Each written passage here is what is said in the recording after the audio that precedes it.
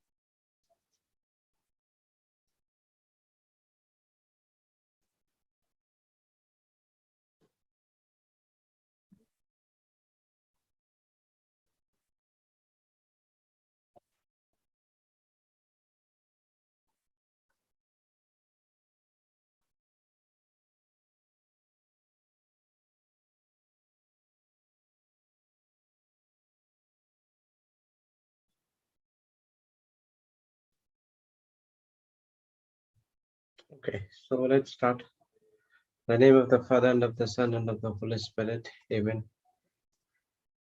Thank you, Abba Father. Thank you, Jesus. Thank you, Holy Spirit, for this wonderful day again in our life. Thank you, Lord, for your mighty wonders that you have done in our life. Every day we need to glorify you because we are living a life that is given out of mercy and grace by our Lord Jesus Christ, what he did it on the cross for us. Lord, as your word says in Psalms 23:4, even though I walk through the darkest valley, I will fear no evil, for you are with me. Yes, Lord, from your word, from your daily word, from understanding your word, now we have the knowledge about we do not need to fear any evil in this planet Earth. Yes, Lord, you have done everything for us. You have fought the battle on behalf of us. You have killed or you have defeated the Satan, which he doesn't have any authority over us. So we do not fear about any level because your word says that you never leave us nor forsake us. Thank you, Holy Spirit, for speaking through our minds. Thank you for taking complete control of our minds because we are feeding with your word every day. Thank you, Holy Spirit. We are depending only on you. We cannot do anything of our own, but we need your help. We cannot do anything with our own strength, but we can do all things through Christ, through the spiritual strength that has been given through the word of God. Thank you, Holy Spirit, as we gathered here, as you are the host of the host. We believe on you. You made all the teachings very simple and easy for us to understand.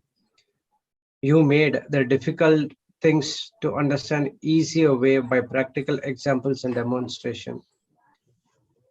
You are the one showing the secrets, the hidden truths that is in the word that been revealed to us through the word of God.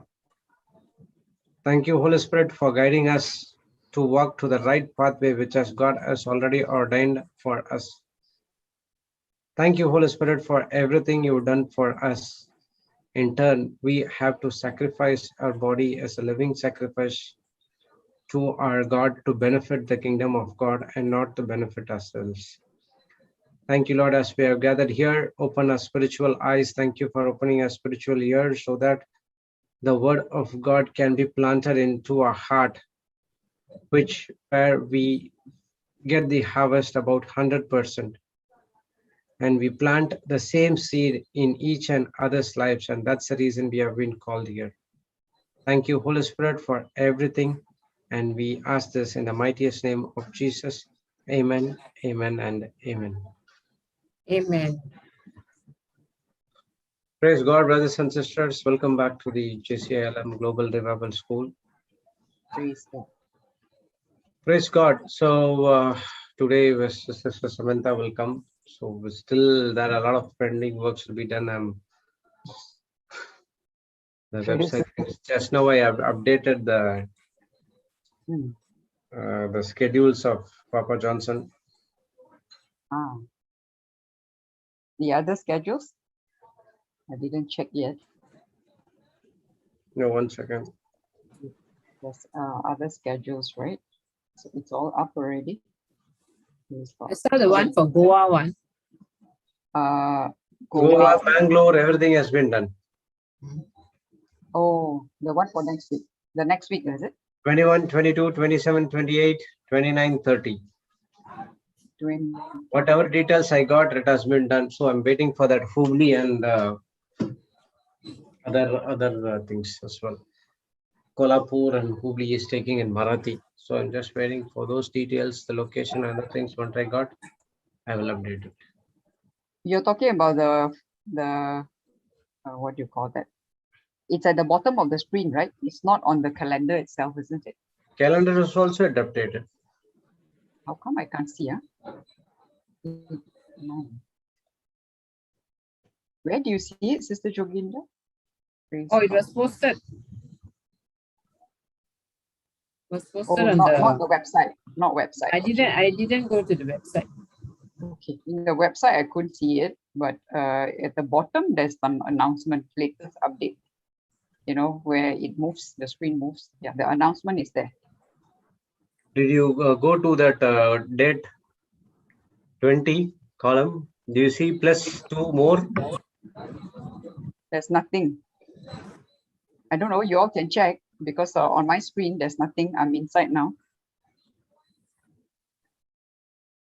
There's no purple bar. The purple bar is up to the 9th of November. After that, there's no purple bar. Here in mine.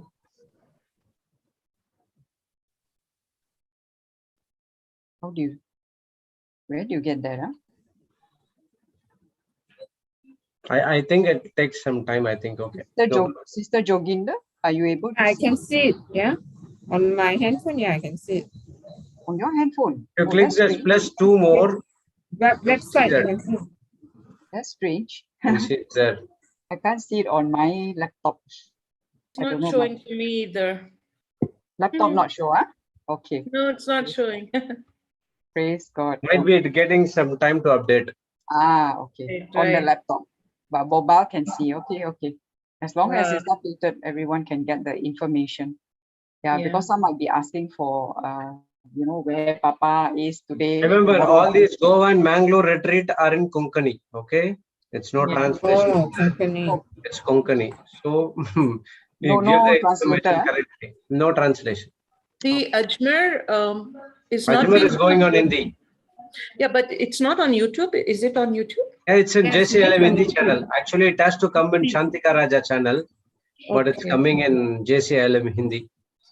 You have to go to Hindi and not info.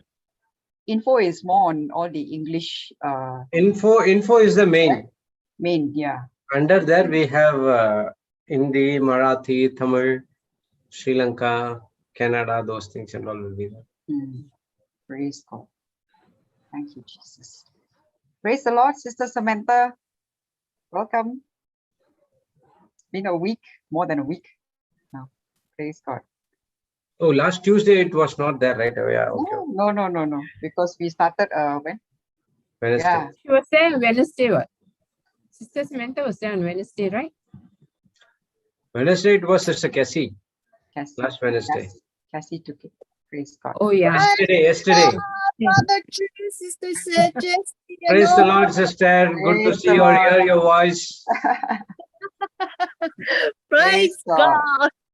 Nice Yes. to have you back. Thank you. Oh, I think all the after the retreat, everyone's the fruit of the spirit is growing and developing, isn't it? Praise So much. God. And Amen. Praise God. that is what you're going to preach today, right? Yes. All Wonderful. the fruit. Thank you, Jesus. Yes. Praise God. Praise God. I'm sorry I was at work, but I did listen, and it's so amazing, isn't it? God is working in all. So amazing. Papa, Sister Jocelyn, everyone is so amazing. Amen. Amen. Thank you, Amen. Jesus. Praise God. Amazing, amazing sister. Everyone. You are amazing. Everyone. Everyone here. Everyone is All good. amazing. All God has made gone all good. that amazing. We are not amazing. God made God us is amazing. Yes. God is Amen. amazing, not us. God is good. We are not good. God is good. Because of God is good, we are good. Amen. Amen. He made us good. Yes. He made us love. He made us everything of who we are today. Thank you, Jesus. Praise God. Hello, sister. So would Praise you like God. me to start, or would you like to start, Yeah, sister? you can start. Brother Jude has already started us off just now while we were just waiting for you. So you can Praise go God. ahead. You can go ahead. Maybe a little introduction so that everyone will know what you're going into today. Praise God. Yes, praise God. So Thank you, today Jesus. I'm going to share about Galatians 5:22 and 5:23.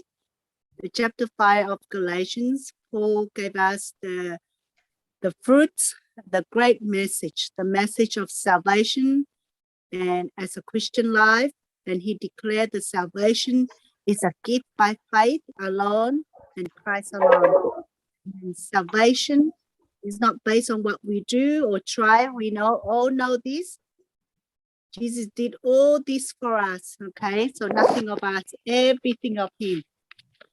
And the key is to walk in the power of the Holy Spirit. And Paul is giving us the foundation of truth of how we live as a Christian.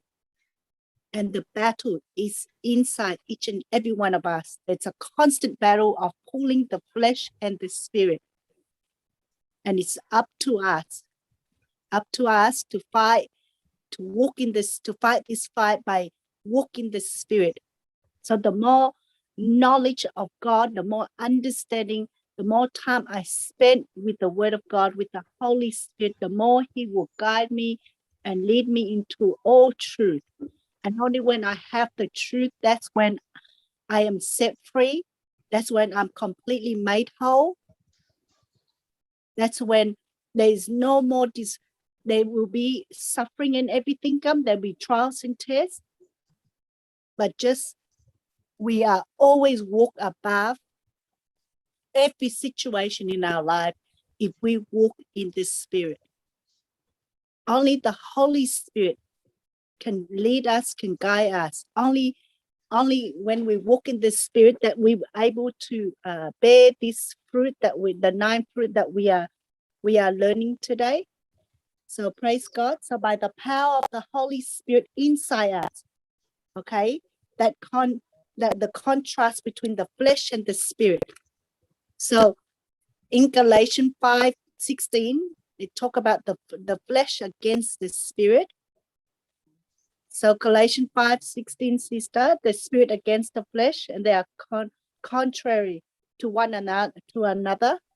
So sister, can you read for me? What I say is this: let the Spirit direct your lives, and you will not satisfy the desires of the human nature. Yes. Only when we let the Holy Spirit guide us. How do we let the Holy Spirit guide us? By acknowledging him, by putting him first in everything we do. And only speak what God says. speak the scriptures only. And when we speak the scriptures, in the scriptures, the Holy Spirit will speak to us, inside us, telling us what to do. And it's always through the fruit of the Spirit. These are the fruit that He's putting in us. Okay. Now, these fruit here, they are fruit. They are not seed. The seed, these are not the seed. These are the fruit. Like Romans 5, 5, that God has poured His love, okay, into us by the Holy Spirit. And only when we walk in love, and in this fruit, the beginning of the fruit is the love. And only when we walk in love that we're able to have joy, to have peace, to have kindness, to have patience, kindness, goodness, faithfulness, gentleness, and self-control. Without love, we cannot do it, because God is love. And only through the word of God that we are able to walk and develop and grow in this fruit. Praise God. So the fruit of the Spirit is a result of gentleness, of righteousness, of godliness. Okay. And in Galatians 5, 19 to 21, this is what we look like when we are controlled by the flesh. So, sister, can you read 19 to 21, Galatians 5, 19 to 21? Yes, sister. What human nature does is quite plain. It shows itself in immoral, filthy, and indecent actions. In worship of idols and witchcraft, people become enemies and they fight. They become jealous, angry, and ambitious. They separate into parties and groups. They're envious, get drunk, have orgies, and do other things like this. I warn you now, as I have before. Those who do these things will not possess the kingdom of God. Okay, so we know that when we walk in the flesh, this is what is inside us. All these thoughts, all these negative jealousy, anger, ambition, all these things. And if we have any kind of these negative things in us, we will not have any, we will not possess, we will not be inherited the salvation of God. We will not see the blessing, because these are not from sinful nature. We no longer live in this human sinful nature. We now live in a divine nature. Only when we completely let go of all these negative things. How do we let go? The whole of my teaching is always on about how to control those negative thoughts, the spiritual warfare. Only when you know how to fight those negative thoughts in you and how to control your mind, your mind, that's when you're able to develop all this fruit of the Holy Spirit. But if you keep on thinking about that, what people did to you, what people say to you, then you are always walking in the flesh, and it only leads to destruction. Because you cannot hear the Holy Spirit when your mind, your heart is on the desire of this world. Because you are operating in the flesh, you are looking at your love, you are looking at people, what they say, you are looking at the material things of this world, and you will not able to walk in the Spirit if you keep on thinking about the things, about what people are doing to you, about everything of this world. Remember, we don't belong to this world. And until you have that understanding that I no longer walk, I need to walk in the Spirit. I need to rely on the word of God to take me out of my suffering, out of my worry, out of my debts, out of my sickness. And what do I need to do? I need to speak the right word. See, the fear system and the faith system, it operates exactly the same. Life and death is in the power of our tongue. So when I speak life, I speak internal. I walk in the Spirit. I speak life. I speak all the good things about my life. Then I receive all the good things. Whatever you say, you shall have. Now, when you speak death, mean here destruction. It's dead. So it's always talk about sickness or talk about mumbling and complaining. It's dead. So it's what? It leads to destruction. It leads to sickness, and it leads That's when we know that when we walk, it's completely a two separate kingdom, but it operates in the same system. And the only way to separate them is the words. What words are coming out of our mouth? And if we speak the word of our own knowledge on what we think we know or what we think that we understand, it only leads to destruction, because it leads to the flesh, because it's all lies, because the devil who dwells in our mind, who always put thoughts into our mind and speaking to us. So we no longer follow that system, that we no longer think with our mind. We now think and speak with the word of God. Nothing else. If pain comes, what do? Do you speak, I have this and I have ABC, or do you speak, no, it is already healed, I'm already healed, there is nothing in my body? It is all up to us. Every words that come out of our mouth is so powerful. So we always have, so if we look at our life today as a believer, we can evidently know that whether we are walking by the flesh or controlled by the Spirit. You know in yourself that whether you walk in the flesh, if you walk in the flesh, you always see problems, you always see all these negative things happen in your life. But if you walk in the Spirit, you know that you always be at peace. You know that God is taking care of everything for you. You know that God loves you. Nothing gonna happen to you. That's how you walk in the Spirit. You trust and you be at rest. And because of this constant battle in your mind, there are two pulls within us. The flesh always pull us into sin, into temptation, into doing wrong things. And there's the Spirit always convince us not to do it, to please God. And this is the constant battle that all of us have to go through. Praise God. So the lust of the flesh is a strong desire. It leads to wrong, to sin, to all this sinful nature. And that's what are we capable of, because we are born of this sinful nature. And because now we come to know and understand the truth that we are saved, we no longer live in this sin nature. So we have to let go. We have to change into a new system. By changing into the new system that God has translated us from darkness into the kingdom of light, into the kingdom of Jesus, we now have to change the words that come out of our mouth. And first of all, we need to change the inside us. What is in our heart? Our heart is the condition that will affect our life, our health, our finance, our marriage, our children, everything. What am I thinking in my heart? That is where God looks at our heart condition. And that's where God wants us to change all this fruit that used to be so sour, so bitter, so anger. Now God wants to change all this fruit into sweet, into love, into peace, into joy.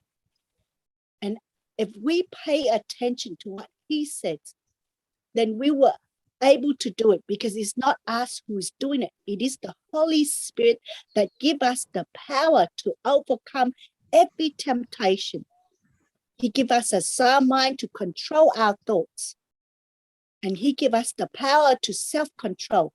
We no longer yelling at our husband, but we now, or our wife or our spouse, but we are now control our emotion. We no longer yelling at our children, we now control our mouth. Only the Holy Spirit can teach us, can help us.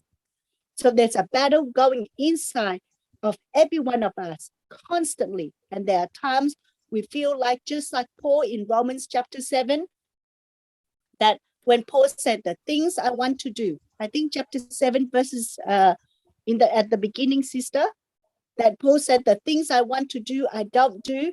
And the things I don't want to do, I do. And end up doing it. Romans chapter 7. Yes.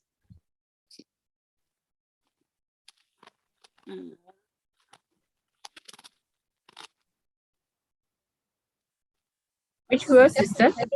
Verses 14, sister. 14. We So- know that the law Yes. is spiritual, but I am a mortal soul as a slave to sin. I do not understand what I do, for I don't do what I would like to do, but instead I do what I hate. Continue, sister, to verse 18. Since what I do is what I don't want to do, this shows that I agree that the law is right. So I am not really the one who does this thing. Rather, it is the sin that lives in me. I know that good does not live in me, that is, in my human nature. For even though the desire to do good is in me, I am not able to do it. Praise God. You see all this? See, we cannot fight thoughts with thoughts. We cannot fight with our own self. We cannot do anything without Jesus. Jesus said we cannot do anything without him because he is the only perfect person. He is the only one that can give us the victory, can give us the victory in every battle that we go through. Only Jesus. See, we try to control. If I said, oh, I don't want to eat this, okay, if I eat this cake because I want to be on a diet, for example. And what do I end up thinking about it all day?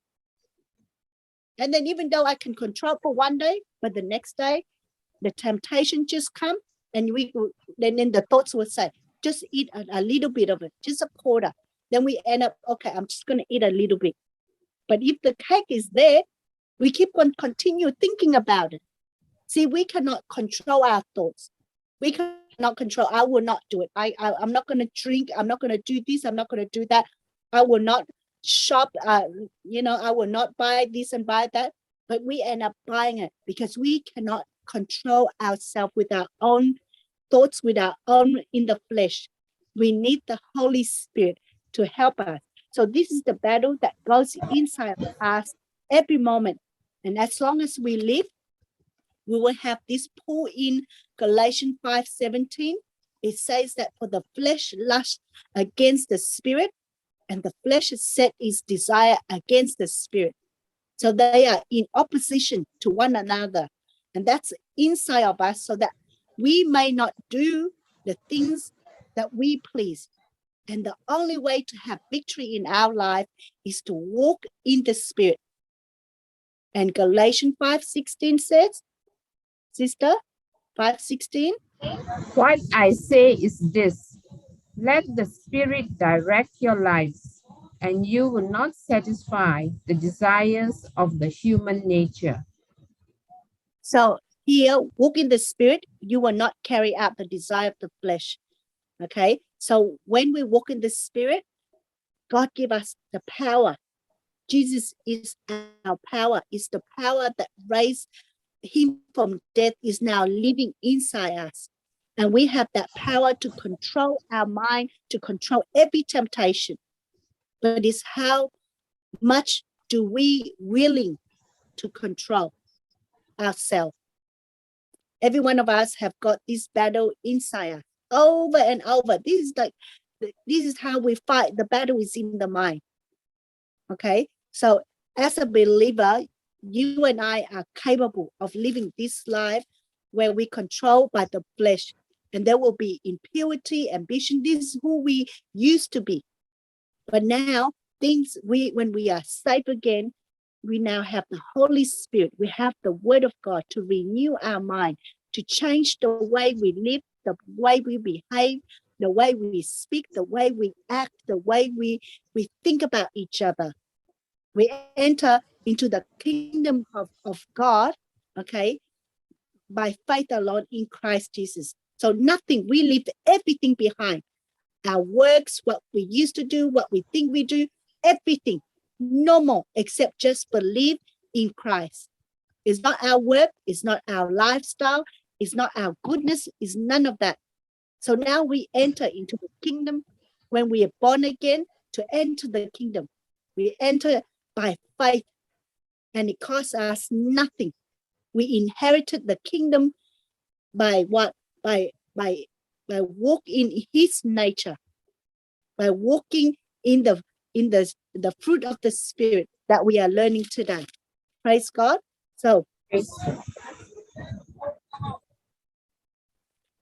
praise God. So now, as we know that, give me 1 second. The fruit of the Spirit is the character of our lives that come out when we control by the Holy Spirit. Okay, so the love that now that we are walking is not a human love, but it's God kind of love. It's the unconditional love. It's a agape love. It's the perfect love.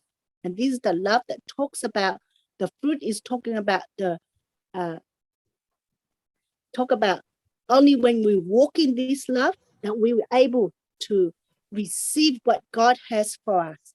So the Bible would call the fruit, because Paul writes to the Romans and he say, I long to be there that I might have the fruit among you. So means he would lead some people into Rome. So we are now living in this, that when we bear this fruit, that people are able to eat them. So if I bear the fruit of love, everywhere I go, I give love. And then people receive that love. That love there is the love of God, that unconditional love, that why I don't want anything back from you except love you just the way you are, just as God has loved me. See, everything when we do to ourselves or to others, we always look at God. We imitate God, what God has done for us. And then now what we have received from him, now go and give to others. Praise God. So the character of the fruit of the Spirit is the character of a person. What comes out in our lives, how we are living, what we look like, we know we can look at the person, okay, to know whether that person is full of love or full of anger by the words that comes out of their mouth. So what we are like when we are controlled by the Holy Spirit, okay, this is what we all want to become, this person, this character, the fruit of the Holy Spirit.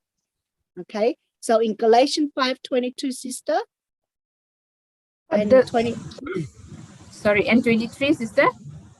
22 and 23, sister. But the Spirit produces love, joy, peace, patience, kindness, goodness, faithfulness, humility, and self-control. There is no law against such things as these. Okay, so we know here the fruit of the Spirit, there's 9 of them, and they go in that order. Okay, we cannot change them. Okay, the order, the first one is love, peace, love, joy, peace, kindness, goodness, faithfulness, humility, and self-control. So here, the first, it can divide into 3 sections. The first 3, love, joy, peace, is a relationship with God. And then patience, kindness, and goodness, that's a relationship with others. And then the last 3 is faithfulness, humility, and self-control. It's about relationship with self, with our own self. Okay, so the fruit of the Spirit is love. That let's talk. Okay, that's a relationship between us with God. So the first one is love. The love here is agape love. So Romans 5:5, as I said before, the love of God pour out. The love of God pour out in our hearts by the Holy Spirit. So love is the foundation of all this fruit. That's why it says fruit. It doesn't say fruits, but it says fruits. Okay, just single fruit. It's a singular. So only when we and when we go through this fruit here, the Holy Spirit is teaching us and giving us all this fruit to when we go through trials and tests, all of them. Okay, so when we walk in love, how do I know that I'm loved by God? I got to meditate, I got to think, I got to imagine the things that God has done for me on the cross, that everything, Psalms 103, okay, he has forgiven all my sin. He heals all my sickness and disease. He took away all my destruction. That's how much he loves me. And everything, and when we are saved now, because we know the spiritual law, that whatever we say, we shall have. So all the wrong things that I used, that I did before I was saved, it comes back to me. The sickness that I've been speaking, it comes back to me. Whatever I said, I own it. But now when I'm born again, when we are saved, whatever I say, whatever I did wrong, it goes to Jesus. When I cry for 2 days, when I'm like, oh my God, all the wrong things I did now, it goes to Jesus. Jesus took everything, all the guilt, the shame that I did is now go to Jesus. That's why he said, that's how we are set free. That's how much God loves us. When we do wrong things, when we complaining, when we mumbling, when we steal, when we violent, when any wrong things, okay, it's supposed to come back to us. What I think about people around me, when I judge them, that is sin. And whatever we say, whatever we sow, we reap. But because now we are safe, it no longer comes to us. It goes to Jesus. And how do we know? The moment when I do wrong and I make sure and I know it won't come back to me, what do I need to do? The first thing I need to do is repent. 1 John 1:9. And the moment I repent, it goes to Jesus, because Jesus has paid everything for me already. Praise God. So it is so important that we have to understand the truth. And only when you understand that when you do anything wrong, if you don't repent, okay, the penalty, whatever you say, it's going to come back to you. The words that comes out of your mouth, if you speak sickness, I have pain, I have this, I have that, I have ABC, you now own it. And that's not from God. That is from the kingdom of darkness, and that you will reap because of what you just confess. But if I say I have pain, but I said no, I cancel it in Jesus' name, because Jesus took my pain already. It no longer comes into my body. And I ask God to forgive my words, my thoughts that is not aligned in his word. And that's how you set free, and that's how you come out of your sickness. And that's how you come out of all the wrong things that you said about your life, your husband, your wife, your children, about the people around you, about your finance. Praise God. That's why we have to always, what is in our heart condition? Is it love? Am I giving love to the people around me? Am I walking in love? Because in that love, that's when the tests come. In that love, that's how I have joy in my life. Okay? For love is the key. So what comes out of my life when you are controlled by the Holy Spirit is love. A divine love. God is love. And it comes through you. So when you look at somebody and by the power of the Holy Spirit, you love them and you look at them and say, I love you no matter what you do or say to me. So for example, if A is coming insult you and say all these negative things about you, what do? Are you operate in love? In God's kind of love? The love that say what? It is not them, it is the evil spirit that's operating them. So I'm going to stand on love. And I'm going to what? Give love, give joy, give peace to that person. That is what God is teaching us. Every moment, we have to make a decision, and we have to always focus on love, because only when you have love, you have everything. 1 John 4:18, love casts out all fear. Love destroy, perfect love destroy every work of the devil. Love destroys sickness, love destroy crisis, love destroy destruction, love destroy everything, because God is love. That is where we always have to, am I operate in love? The moment when people come and insult you, or the doctors tell you and give you the bad news, what are you standing on? Worry. The moment the thoughts that people give you are bad reports, what is in your mind? If in your mind you start thinking, oh my God, what am I gonna do with this? How I'm gonna my children, and you start to thinking about all the things gonna happen. Straight away, you are operating in the wrong system. You are operating in the fear system, and there's no faith. When fear comes, faith go. When faith comes, fear go. And faith cannot be stored up.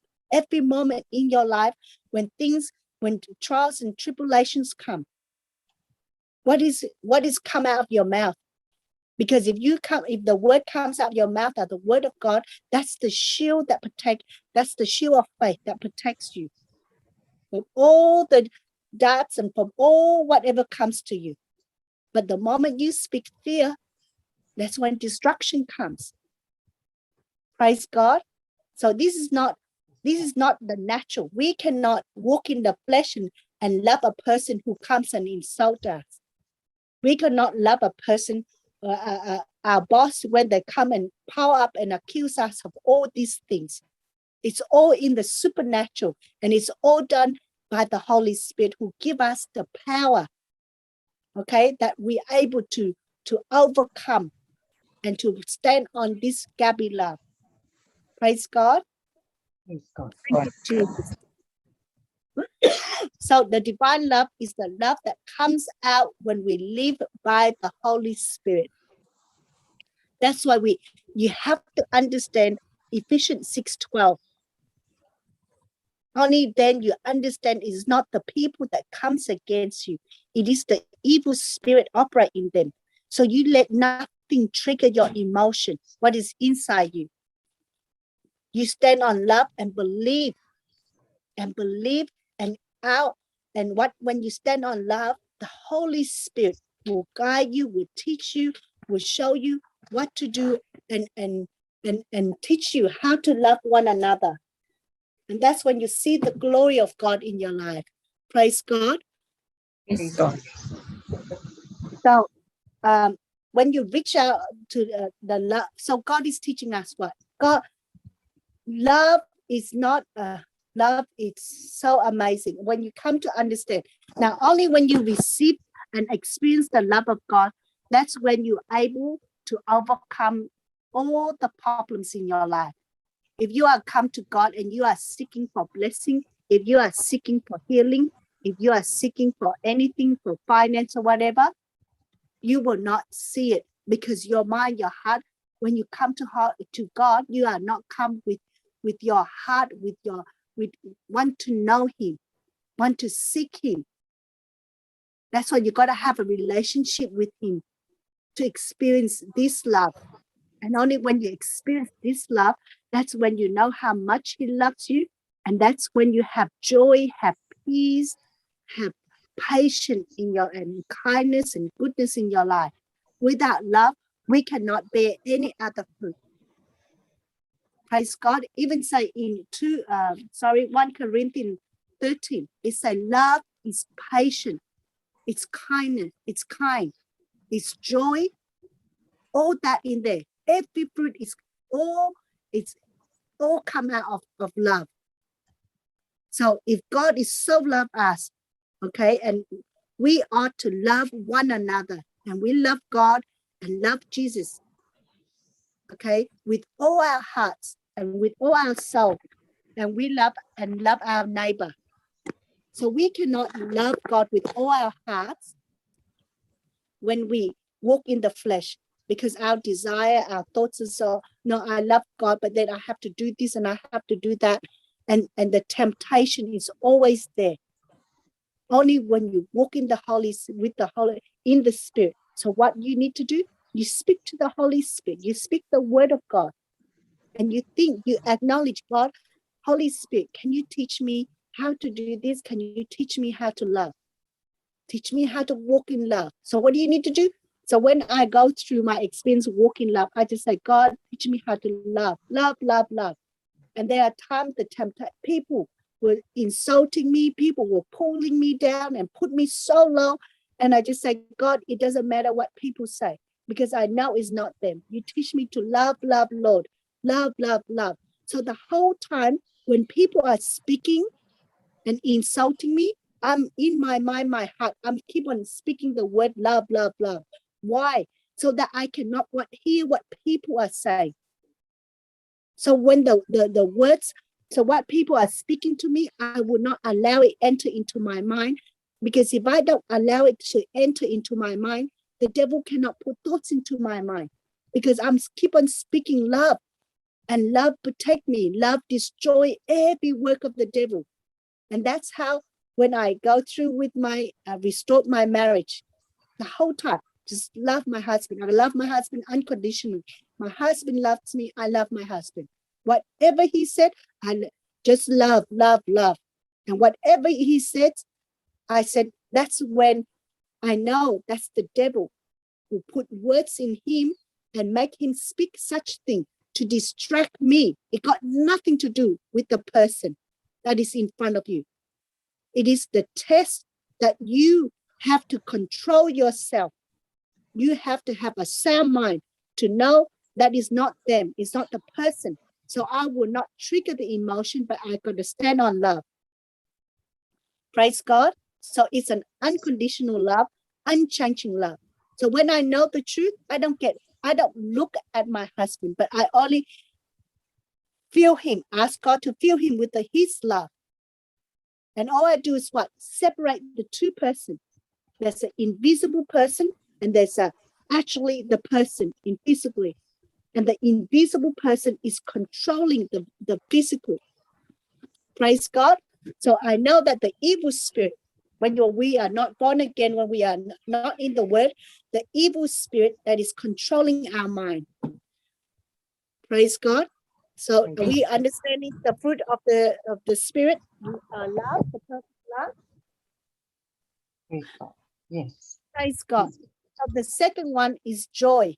Okay, joy it's an inner quality. It deals with the fellowship with God.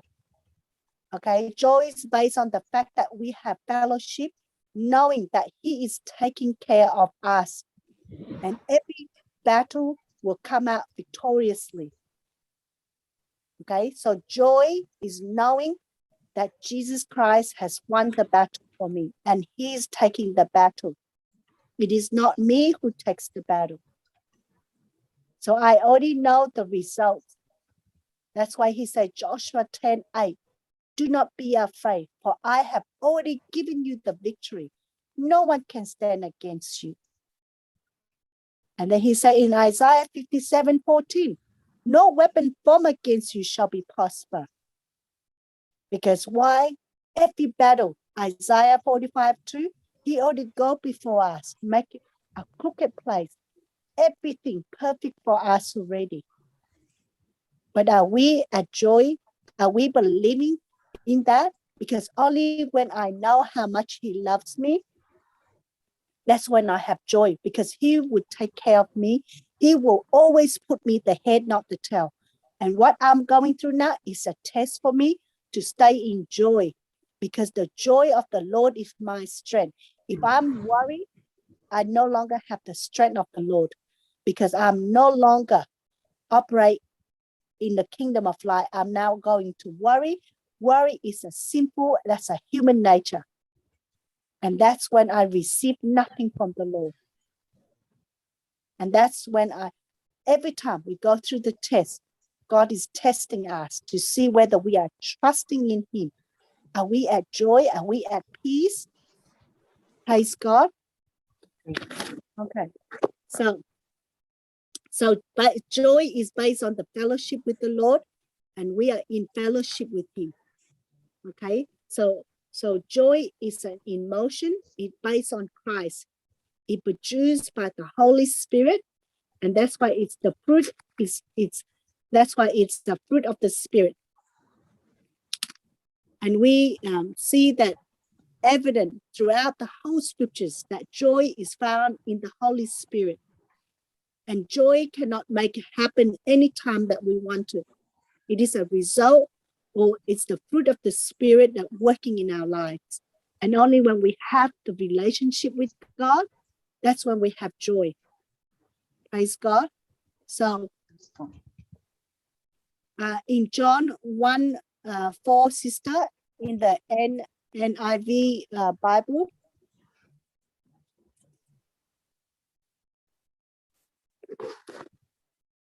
Which Bible, sister? NIV. I don't have NIV. Okay. So 1 John 1:4. John 1:4.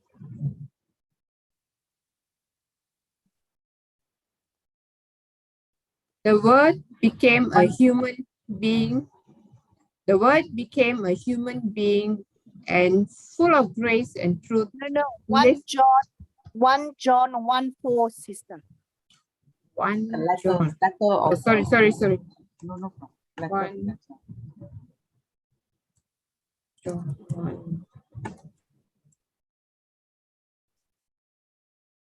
1 John 1:4. We write this in order that our joy may be complete.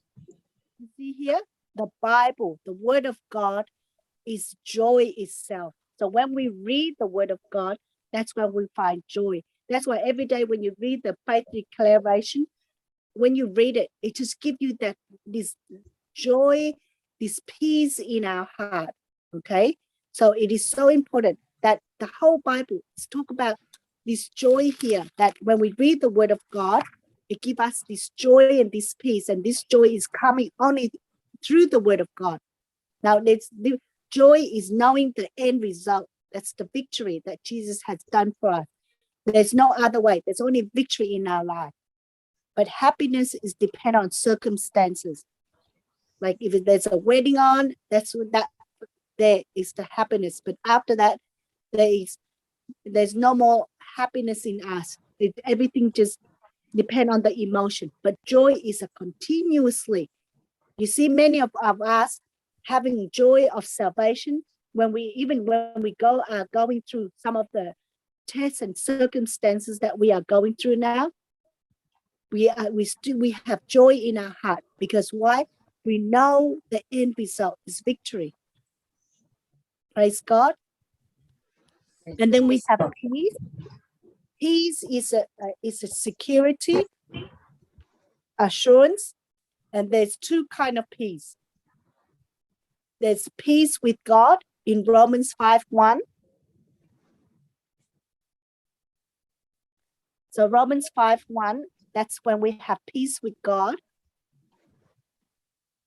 Now that we have been put right with God through faith, we have peace with God through our Lord Jesus Christ. This is the peace that when we come to God and we trust Jesus as our Savior. So when we accept Him as our God, our Lord, and Jesus as our Savior, okay, that's when we have peace with God. But there's another peace that's the peace of God. Okay, this is the fruit of the Spirit. In Philippians 4:6-7 comes out in our life. That is the love, the joy, the peace. This is what it's God's peace. Philippians 4:6-7, sister. Don't worry about anything, but in all your prayers, ask God for what you need, always asking Him with a thankful heart. And God's peace, which is far beyond human understanding, will keep your hearts and minds safe in union with Christ Jesus. So this kind of peace of God is the peace that comes through our life when we go through our tests and tribulation. We have peace and then rest knowing that God is taking care of everything. And that's when we are not to worry, not to be anxious, but our mind, our heart is on Jesus. That's when we have the peace of God. No matter what comes against us, no matter what the circumstances, no matter what the trials and the tests, our mind, our heart needs to be always on Jesus, to know God and the peace of God which passes all understanding. So the peace of God is in our lives when we controlled by the Holy Spirit. So what do I mean when we say keep your mind and heart on Jesus? Keep our mind and heart on his word, because Jesus is the word. And there are things that, you know, that when we worry, okay, in our mind and in our heart, we straight away know that we are operating in the flesh. That's when worry comes, fear comes, all this confusion comes. That's not peace. Peace means what? My mind, my heart, I know and I know God loves me. Everything's going to be okay. It's so amazing that the peace that believers can experience when we walk in the power of the Holy Spirit, that when we are in the midst of all circumstances, when I go through I learn how to have peace, I would just like, no, it just, God, you take care. I cast all my care. Everything comes to me or the people, I always use 1 Peter 5:7. I said, God, I cast my family, my children, my finance onto you, Lord. You tell me not to worry. I'm not going to be worried. I'm going to keep my mind, my heart on you, so that when I have, because your peace will guide me. Only your peace, only when you're at peace, that's when you see transformation in your life. Praise God. Okay, now this is the 3: love, joy, peace. This is the relationship with God. And when we have the relationship with God, when I know that God loves me and I'm at joy now and I'm at peace, God is taking care of anything. So I'm not going to worry. Now my focus is on other people. That's when I learn to have patience. Because when you are having your own problems and you are worried with your own, whatever you are going through, your mind, your heart is not at peace. That's when you don't have patience. When people come to you, when your children come and talk to you and say all these things, if you are worried about your health, about your whatever you're going through, what do? You get upset, you get angry because you don't have patience with them.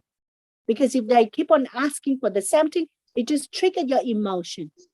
But only when you walk in love and you believe, that's when patience comes. Praise God. Now, patience, when you pray, God, give me the patience. God doesn't give us patience.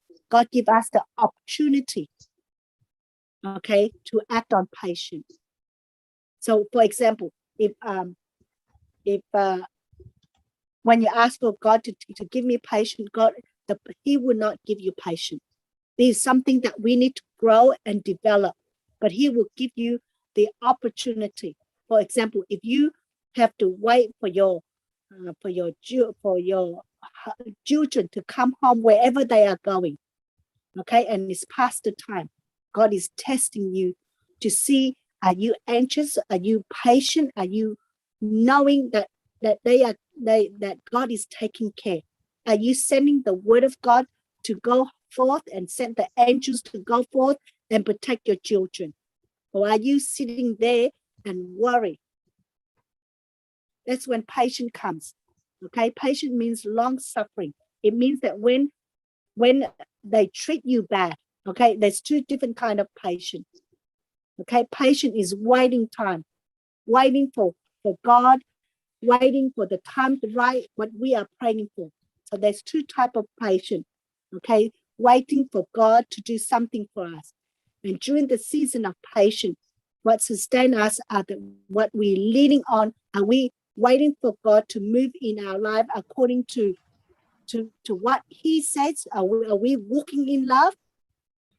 Are we patiently in waiting for God, whatever we're praying for? And then God is also testing us that through the patience, that when others come against us, that we're having patience with them, and especially our children.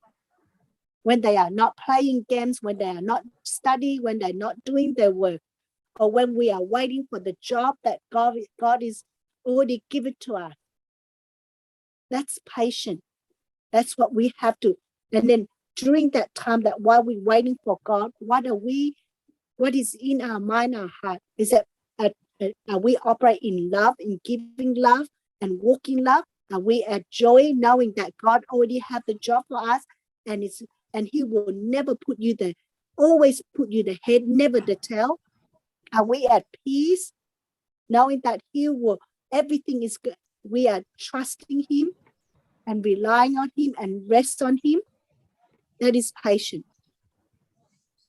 It's everything. It's always about, no matter what, if we are in whatever in your way,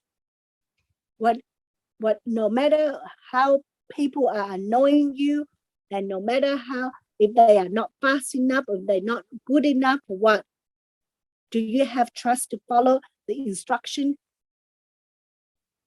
You have the power. See, God is testing you, that patient there. And everywhere you go, you need to use Luke 10:19. To use Jesus giving you the authority and the power to bind and cast out whatever is in front of you that is negative, so that you can walk in love and have joy and have peace and be patient, knowing that God is taking care. And it's His timing, not our timing. Praise God. So it is so important that sometimes we are not patient enough. We always say, God, why is this happening to me? Why am I here? Why the job is not coming? You see, that is not patient. That you are questioning, you are reasoning, you are doubting God. Patient means, God, it is not lead to my own understanding. But I know that you will always have the best for me, that you will take care of all my needs. I don't need to be worried because everything is already provided for me. I'm only here to do your assignment because I work for you, Lord. That means what? To do everything accordingly to what He says. That means walk in love. So what am I doing? I'm focused, always thinking, walking in love. And whatever people comes against me, that people there, that is, God will use them to help me to get where God wants me to be. Praise God. So when you are living in the power of the Holy Spirit, there is patience. And we are not angry, we are trusting God. We are not worried anymore. See, the moment you keep on saying, why the job, I need this, I need that, that's not trusting God. That's not patient. You think about your life, and are you patient with people around you? Because if you're not, that's what you need to focus on. Patience is all about towards other people. We're having a relationship with other people, and have a relationship with God, knowing you got to be patient, always patient. Always be at calm and be at peace, and knowing that God is working in your life. Praise God. And there's kindness.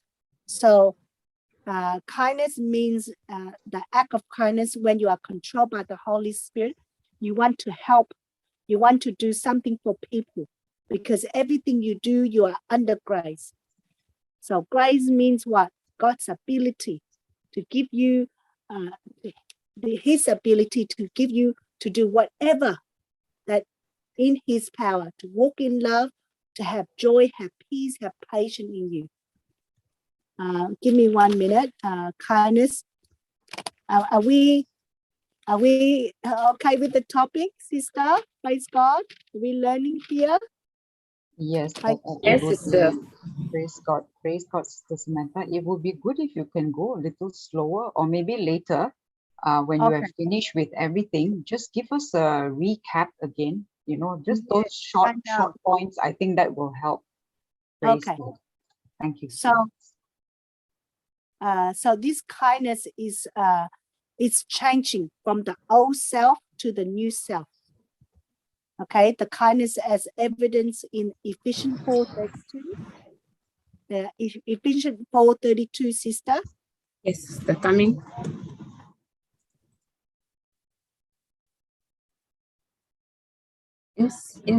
Instead, be kind and tender-hearted to one another, and forgive one another, as God has forgiven you through Christ. Okay, so this kindness, so we know that all these 9 fruit of the Spirit, it's all about ourselves, looking at ourselves, okay, not looking at other people.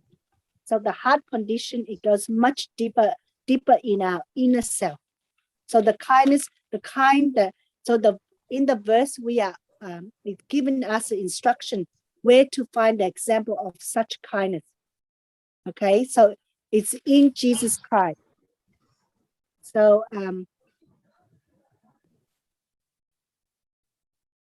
so we no longer, this kindness of us, that old self, that selfishness that we used to be, okay, we only kind to people because we want something from them. But this now we have this new being, okay, the Christian kindness that have been demonstrated for us by the forgiveness of God and by the love of Jesus. Is all everything. Only Jesus came and demonstrate his whole life. This is who he is, and this is his character. And Jesus teaches us to love our enemies and do good and expect nothing in return. Okay, and this in Luke 6:35. Luke 6:35, sister. It's coming up. Praise God. No, love your enemies and do good to them. Lend and expect nothing back. You will then have a great reward, and you will be children of the Most High God. For he is good to the ungrateful and the wicked. Okay, so here, loving people is a way of showing kindness and being kind to other people, even when they are not kind to us in return. So God is always has been kind to us, even when we don't give that kindness in return. He does this by giving us a grace and a forgiveness, and we did not earn or deserve it. So we are called to imitate of God. So the kindness of the Spirit continue even in the face of anger, persecution. Okay, so kindness means loving, forgiving, and seeking the good for others. This is called kindness. And what is kindness is what? Love is what? Patient, love is kind. So love is always seeking the best for others. And when I'm speaking, Ephesians 4:29 teaches us that every time when we open our mouth, it needs to be edified. It needs to build other up. And this is what love is, okay? Love is never keep of wrongdoing, of never speaking about the past, what people did to us, what we did. But love is what? Love is always kind, loving to other people. And we do everything in the manner of, in the forgiveness of God and the love of Christ. So everything we do in the presence of Jesus Christ. Praise God. Praise God. And there's and then we have goodness. Okay, so goodness can often be seen as in our action, but our heart also has to be pure. So the goodness of Christ is to be demonstrated in our lives every day. So goodness here means holy and pure and righteousness. Goodness means that we now set apart to do God's work, to do good work in him. Okay, only through him that we're able to have this goodness.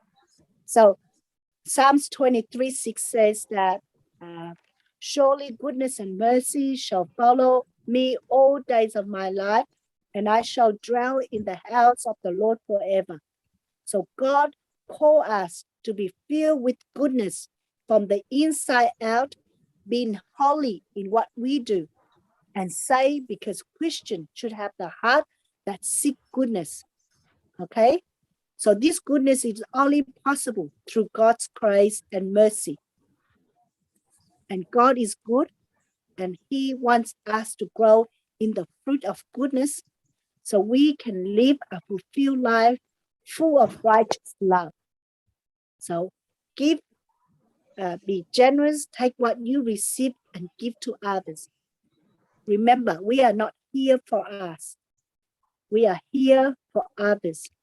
We are the ambassador. We represent Jesus Christ to touch lives for Christ. So our whole life is to be doing good for others, to share the message. He said, love, joy, peace, praise God, patience, kindness, and goodness. And that's when we get relationship to self. Okay. And then after goodness, there's faithfulness. Okay. So faithfulness, it's now it's all about our own self. Okay. So it's about our relationship with our own self now. Okay. So faithfulness, this is the 7th fruit of the Spirit, and because God is faithful to us, and this is how we learn only through the Holy Spirit that we are able to have faith and to be faithful in His word, in whatever He said. We got to be obedient. We got to trust Him, and we got to be loyal to what He says. Okay, this is called faithfulness. So the Holy Spirit nourish us with a supernatural understanding to grow our faith and trust in God. So we cannot read the Word of God with our own understanding, but we have to ask the Holy Spirit, okay, to imitate, to teach us, to guide us in all this truth, so that we can have a deeper understanding. And only God alone is faithful. We are not faithful. You see, His word is the same yesterday, today, and forever. It does not change, but it's us who always change. So there's no self-made faithfulness. His faithfulness can be input into us when we're born again by the power of His Spirit. And this then that changes the way we act, we move, we speak. Okay, and we become more like Him. And it's not our faithfulness, but it's the fruit of God's Spirit taking root and grow within us when we have the truth, when we have the Word of God in us. Praise God. So being loyal to God's command is one of the ways that we show and develop a greater faithfulness in our life.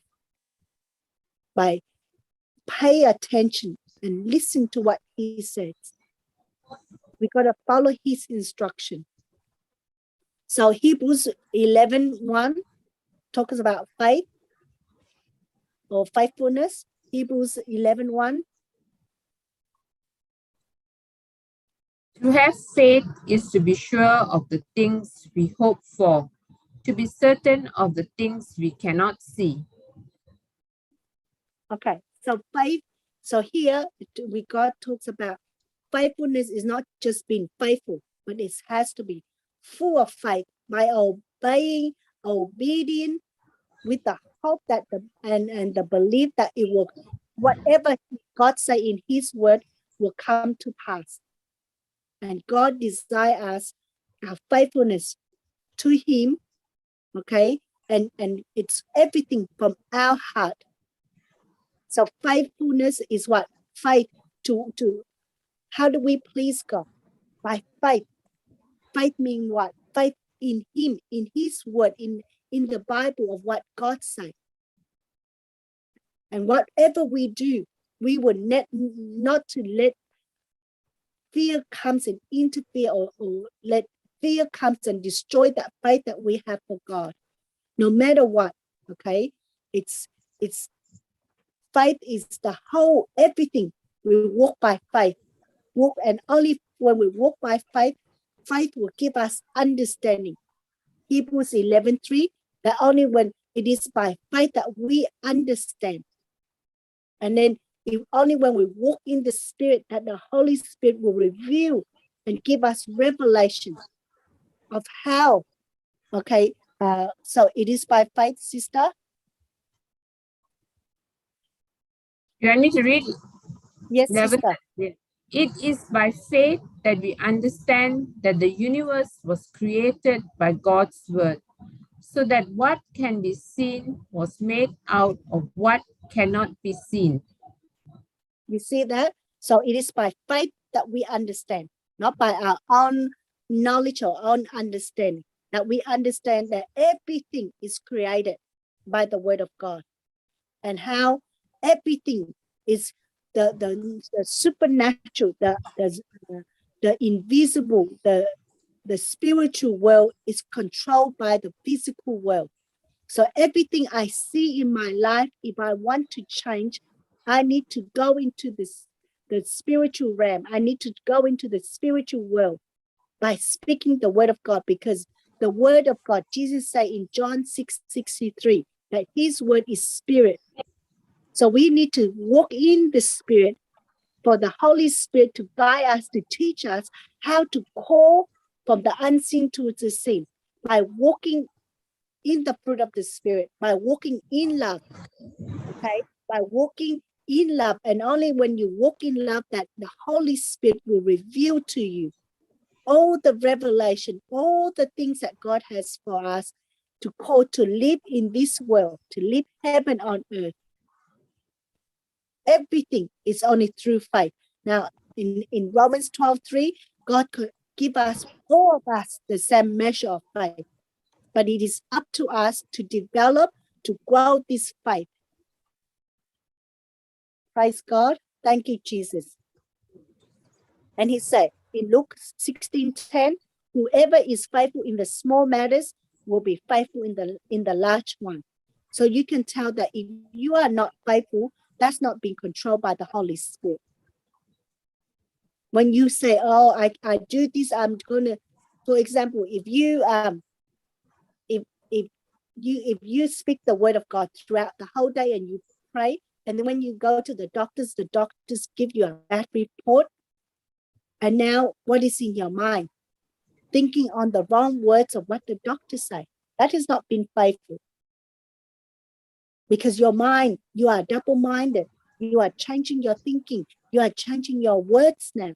You no longer operate in the word of God. You no longer operate in the life. You now operate in destruction, in fear and worry. Praise God. So it is so important that we have to be faithful throughout the whole day, every moment. And the moment we fall, the moment we start thinking and speaking the wrong things, the only way to come out of darkness is through repentance. 1 John 1:9. Praise God. All right. And then we have the 8th fruit, that is the gentleness, the meekness, and it really means the power under control. Okay, or gentleness comes from the state of humility. So humility doesn't mean that you think less of yourself.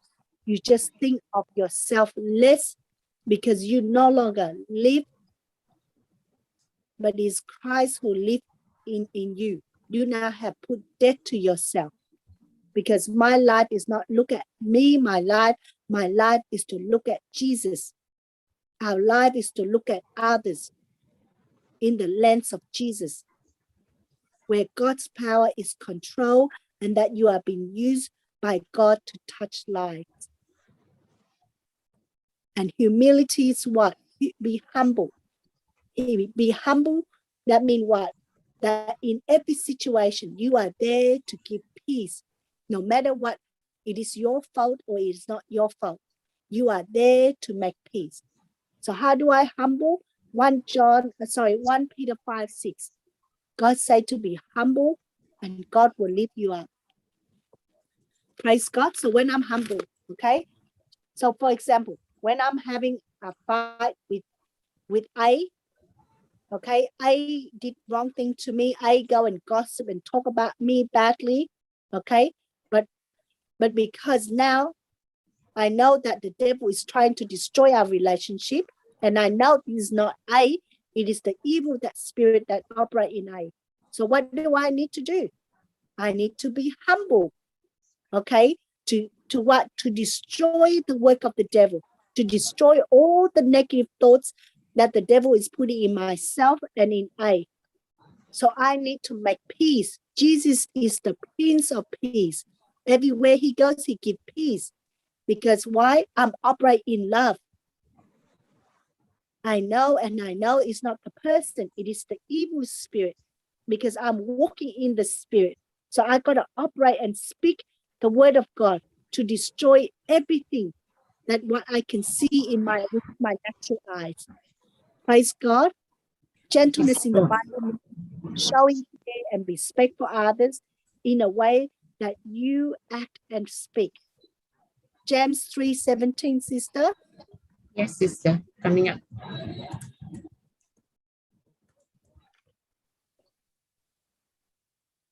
But the wisdom from above is pure, first of all. It is also peaceful, gentle, and friendly. It is full of compassion and produces a harvest of good deeds. It is free from prejudice and hypocrisy. Praise God. So Praise God. this is all the message.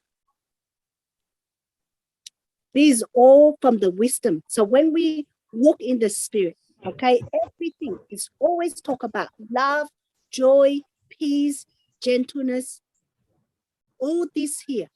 Now, if that's what every day we are, when trials and people come into our life, what are we walking in?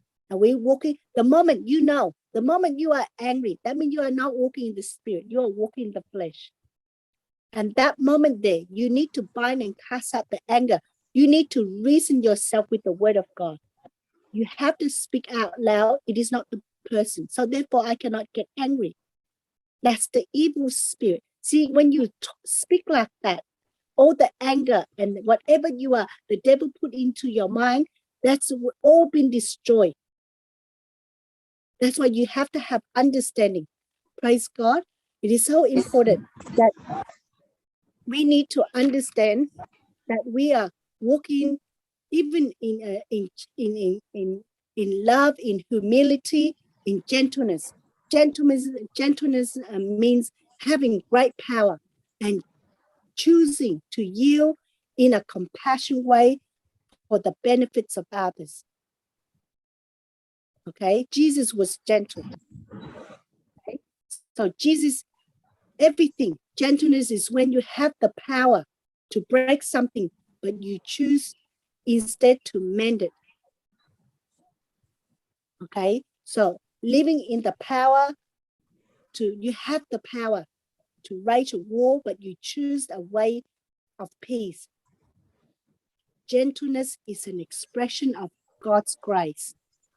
See, it's all about you have the power, but you choose not to fight back, but you choose to walk in peace.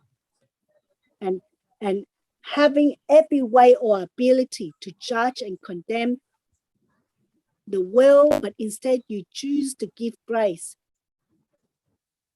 And this is what God wants us to do. Never to judge people, never to put people down, but always consider other better than you. And that's when you see that's that the walk with God is always about humble, it's always about lifting other people up. It's always seeking the best for others. It's all about love. Praise God. Thank you, Jesus. And in Matthew 11:29, Jesus said, take my yoke upon you. Matthew 11:29. Take my yoke and put it on you, and learn from me, because I am gentle and humble in spirit, and you will find rest. So where do we look at? Jesus. He came and demonstrated the whole how to live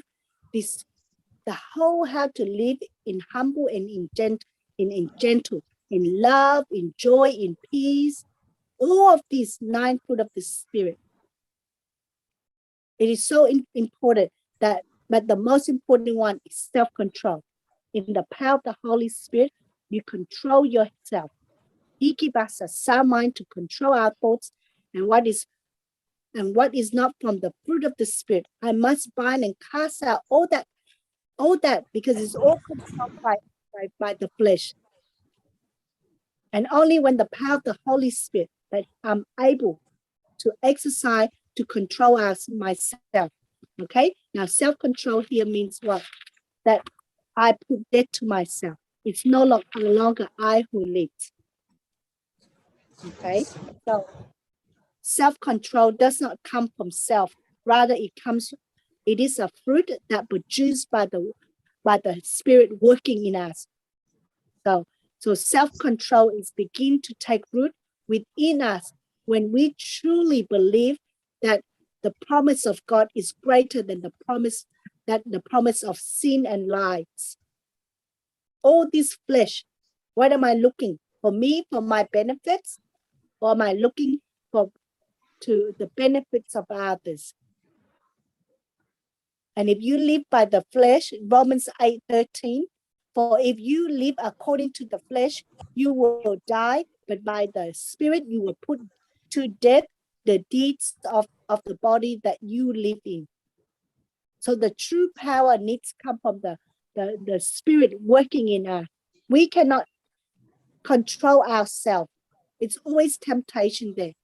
Temptation always comes with the promise. The promise that you will be, if you, it promised that that the simple activity that make us feel good and that will make us, everything will be easier. And it's always a quick fix. And then you feel better.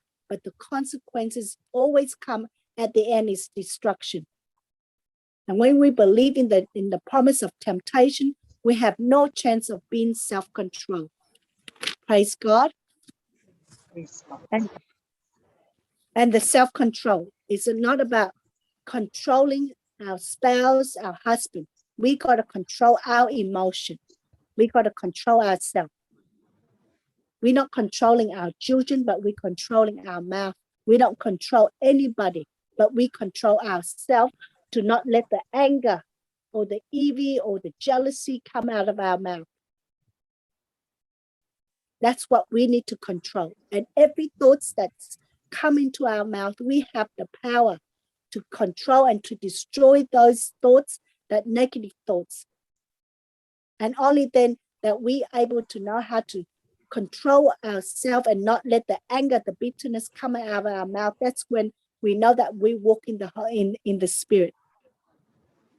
Now that means there's no law that can bring these things to pass. There's no rules. So we don't have to try or be anything. When we walk with the Holy Spirit, we completely let go of ourselves. It's no longer I who live, but it's Christ who lives in me.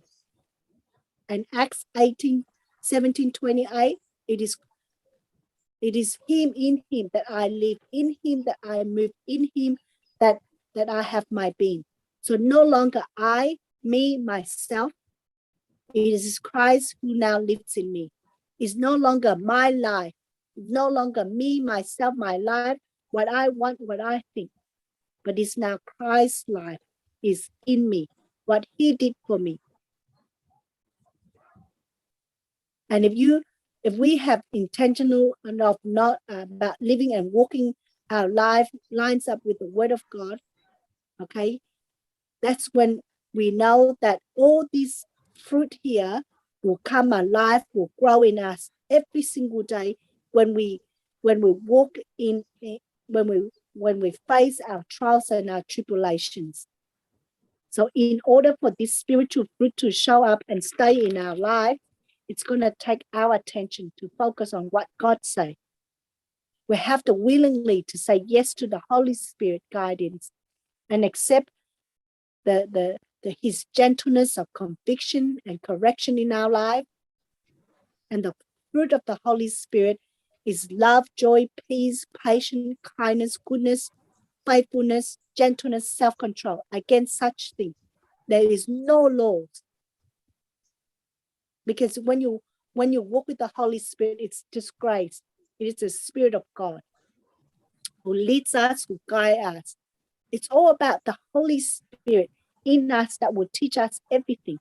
So every moment of my life, what is in my heart, If the moment I'm angry, the Holy Spirit cannot guide me because my heart is not pure.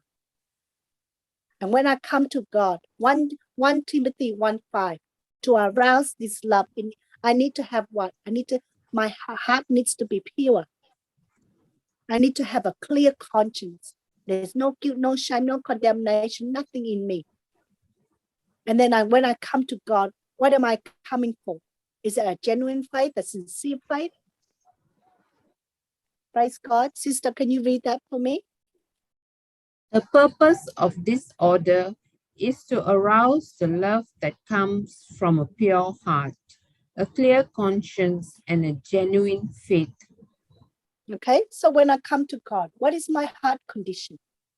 Because it will affect, is it my heart condition? Is it just love? Wherever I go, wherever you go, okay, whether you go at work, whether you're at home, whether you go shopping, whatever you do, God put you there for you to see something that beyond others cannot see. There's someone there, there's a situation there. You have the authority and the power to help that situation, to help that person. Are you walking in love, always seeking the best for others? Are you always walking in love, that connecting with God, with Jesus, with his word all the time? Because in your heart, wherever you go, if your mind, your heart is on Jesus, you know that you have victory. You know that he's always there with you. He will never forsake you. And he will take the battle for you. And where's your conscience? So if you do something wrong, what is in your mind, your heart? Are you feeling condemned? Are you feeling guilty? Are you feeling ashamed what you did? Or are you abiding in Christ? Are you abiding in his word? Because only in him that you be set free. There's no condemnation. Romans 8:1. And when I come to him, am I come to him with pleasing him, or I'm coming to him to please myself, to get what I want from him, to get healing, to get blessing, to get finance, to get what I want for my family? See, everything, no one knows except you yourself. And 2 Timothy 3:16, the whole Bible is inspired, the scriptures is inspired by God to make our correction, to have a relationship with God, to have relationship with others, and to help with our own self, relationship with our own self that connected to God. Praise God, sister. All scripture is inspired by God and is useful for teaching the truth, rebuking error, correcting faults, and giving instruction for right living. See, it says all there. It doesn't tell us that we correcting ourselves, not correcting other people. The whole Bible is about you, me, and God. It's not about my husband and God. No. Me. I need to change my heart condition. Because whatever I'm thinking inside my heart, it will affect my family. Because Proverbs 4:23, be careful what you think. Your life, your thoughts shape your life. Your thoughts shape your husband. Whatever you think of them, you have made them become that person. That's all you need to change, the word inside your heart. When your spouse come and speak to you wrongly, accuse you wrong thing, what is in your heart condition? Are you thinking, that's not me? Why are you accusing me? All this me about me. That is the old self. But the new self now what? Walk in love. Correcting myself. That means what? I know it's not him. That's the devil trying to trigger my emotion, take my love away from me.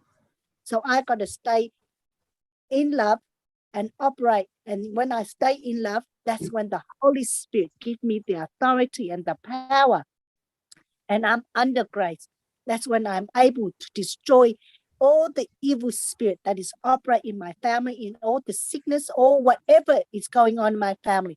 I have the authority and the power to bind and cast all the evil spirit out. Because what is in my heart condition, God is giving me, and I believe and I'm seeking for him. I'm not thinking about myself. I don't care what people say about myself because I know who I am in Christ. That's why I got to read and understand the word of God to know who I am in Christ and for what he did for me. And I stand on that foundation and know who I am. No, I'm a child of God. And I only, because every man is a liar, I do not listen to anybody and have any effect on anybody except just me and God. My attention is only paid on what God says. And only then that's when the fruit of the Spirit is growing me. The character of Jesus is growing inside me. To walk in love, to be always joyful and knowing that whatever comes against me, I already have victory. To be at peace, that means to trust in him, to rest in his word, to rest on his promises, knowing that he loves me. He had paid everything for me. I no longer walk in shame, in sickness, in destruction. And only when I know that, that's when I'm patient. Whatever comes against me, I'm patient because God is changing me. God is molding me. God is shaping me to change my character, to become more like him, and to be patient with others. That no matter what they are doing wrong, no matter what they comes against me, no matter what, how long I have to wait. Because God always saved me the best. God always put me the head, never the tail. And to be kind to everyone, because that's the nature of God. There's no motives, there is no anger, or there's no division. It's just kindness. And there's goodness. That is the goodness that God has now, because I'm saved. God has now I'm set apart to do God's work. And only through his grace that I'm able to help other people, to do good things to people without wanting anything back, but just to walk in love and to always look at Jesus in everything that I do, in everyone that I see, and be faithful. That means what? I got to be throughout the whole day and every moment. I got to stay on what God said, be faithful to him, what he says, no matter what the tribulation is, no matter what the trials come, no matter how sick, how painful, what I'm going through. I got to be faithful to him. He has, even if we say we are lack of everything, lack of don't have enough money or what we are going through this, 2 Corinthians 8:9, that Jesus was made poor for us to become rich. See, God wants us to be rich. But that's why we got to speak the right things, speak the right words for the riches, for the wealth, for the health, for everything to come prosper and successful. And in our heart, out of the abundance of the heart, the mouth speaks. Out of my mouth, when you listen to people as speaking to you, you will know it's what is in their heart. You will know that they are walking in love or in the spirit or in the flesh. Just by walking, just by speaking, knowing that person. You know, a lot of us, I'm not saying a lot, I shouldn't say that, but you know, some of us, we speak the word of God. We pray throughout the whole day. We spend 5 hours, 6 hours speaking the word of God.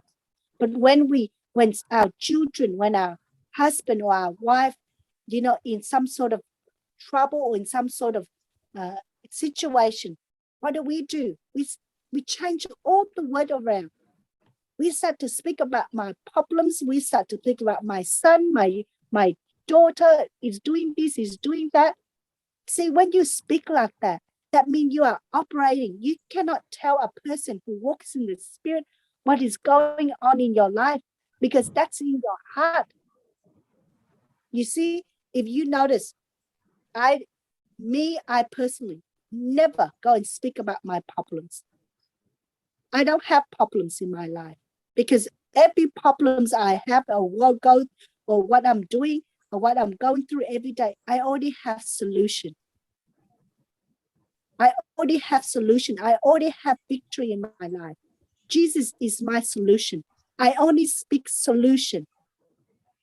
And when I speak solution, it's going to be from my heart condition. Am I pure in my heart? Am I walking in love? Am I at joy? Am I at peace? Am I faithful to God? Am I humble in everything that I do? Because only then when I act on the fruit of the Spirit, that's when the character of God comes alive. And that's how everything changes in your life. But if you pray for something, but you are operate in anger, in worry, in fear, that's not the character. That's not the fruit of the Spirit. You are not walking the Spirit. You're not bearing the right fruit. That's why there's no changes in your life, because you are speaking and you are praying, you are listening to the word of God. But when problems come, you go and testifying the problem, you go and testifying what the devil is doing in your family lives. When you have a problem and you want any of us to pray for you, or you have to say, you have to separate that the spirit of disturbance, the spirit of laziness, the spirit of fear is operate on my son or my daughter. You cannot say my daughter is lazy, my daughter is fear, my daughter is not doing well. What you just said, you just claim it. And when you say that, it rooted in your heart, it goes into your heart. And then when you hang up the phone, when you finish talking, it's in your mind, in your heart, and that's when the devil start talking to you. That's not walking love. You got to walk 24/7. So when something is not going right in your family, you want to pray, you have to say there's a spirit of disturbance, the spirit of lack, the spirit of unforgiveness, the spirit of fear, whatever the spirit is operating in your life, you agree with someone and you bind and cast those out spirit. That's how you walk in faith. You got to speak faithful word every moment, so that when you hang up the phone, your heart, your mind, your heart is at rest. So everything, you have to know what comes out of your mouth, and you got to self-control. You got to control all the words that is not Christ. You cannot speak out. Anything that is not faith is sin. And when you speak like that, it will not come to pass what God says, because you are now James 1:6-8. When you pray, you must believe. Praise God. When you pray, you must believe. Your mind cannot be like a wave in the sea. It never settles. It's never at rest. It's not at peace. And you will receive nothing from the Lord. You see, the word receive, God has already given to you. But because you didn't believe, you are speaking. You pray, in the morning you pray, all the things that come to pass. Your children, God is teaching your children, and they are prosperous, they're successful. In the afternoon you are speaking, they have these kind of problems. It won't work. See, sister, can you read that for me? But when you pray, you must believe and not doubt at all.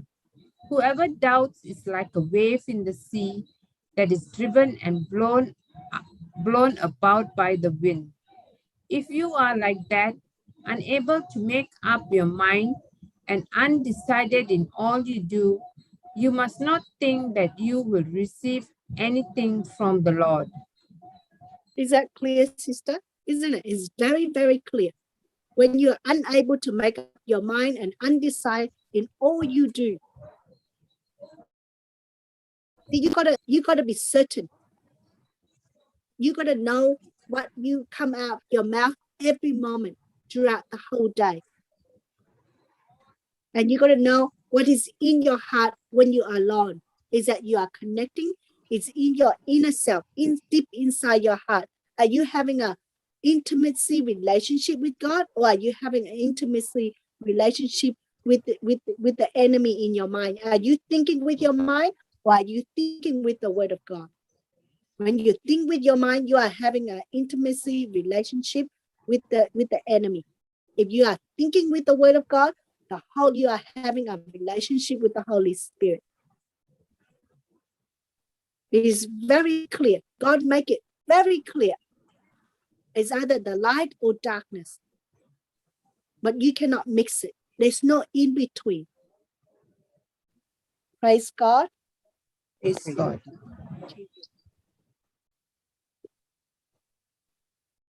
Thank you, Jesus.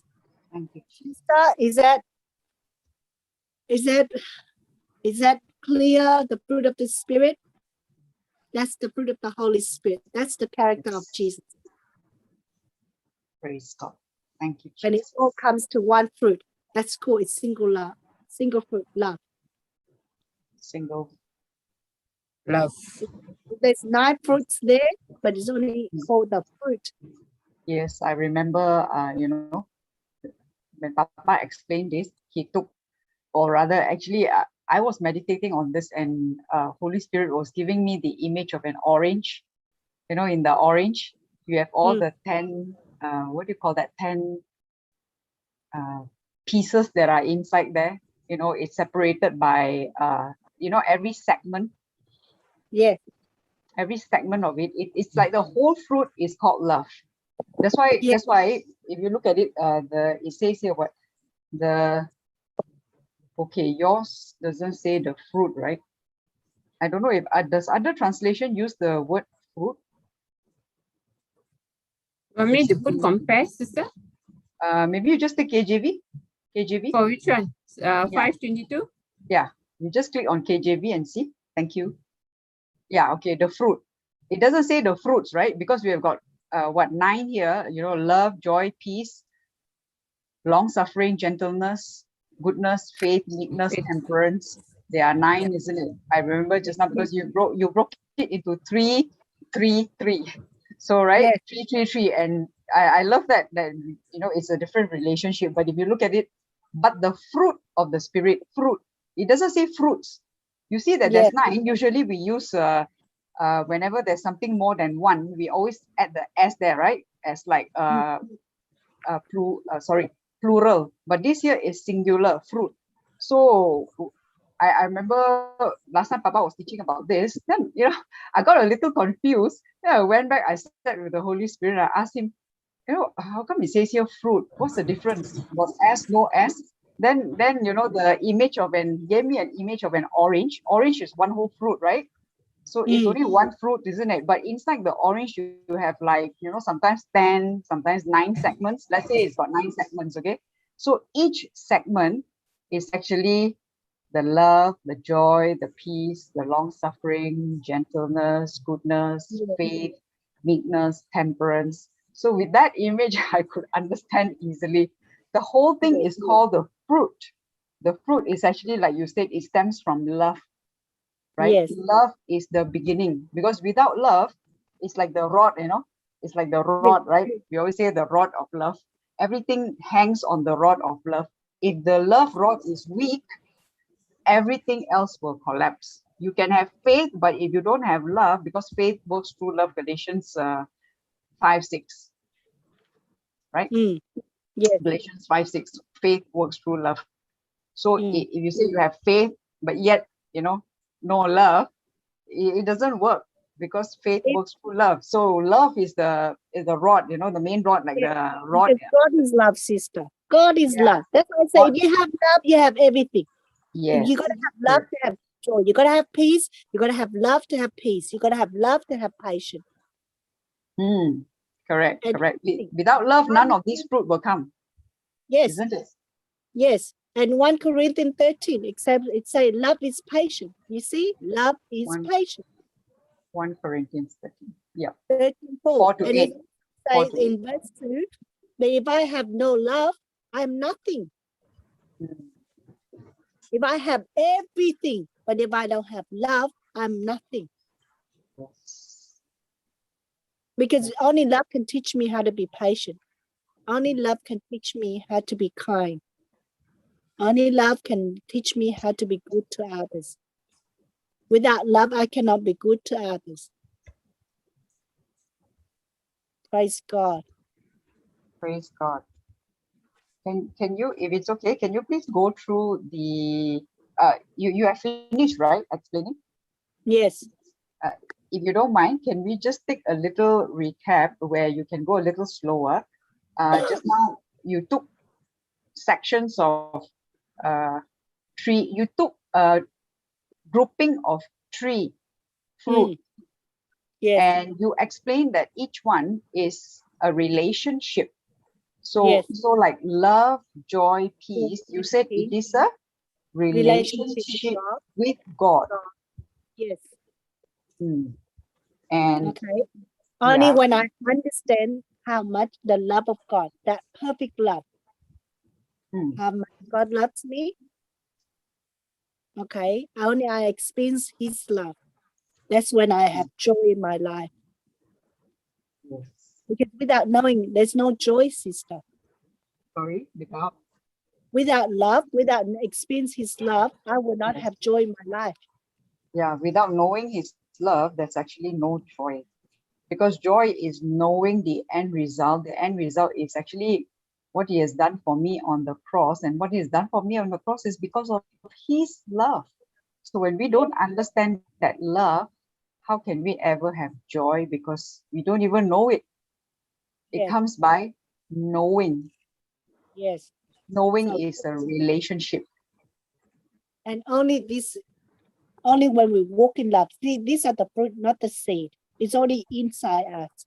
Now we need to develop it. Now we need to grow on it. And before, there's always so many bitterness and anger and jealousy. That's all sour.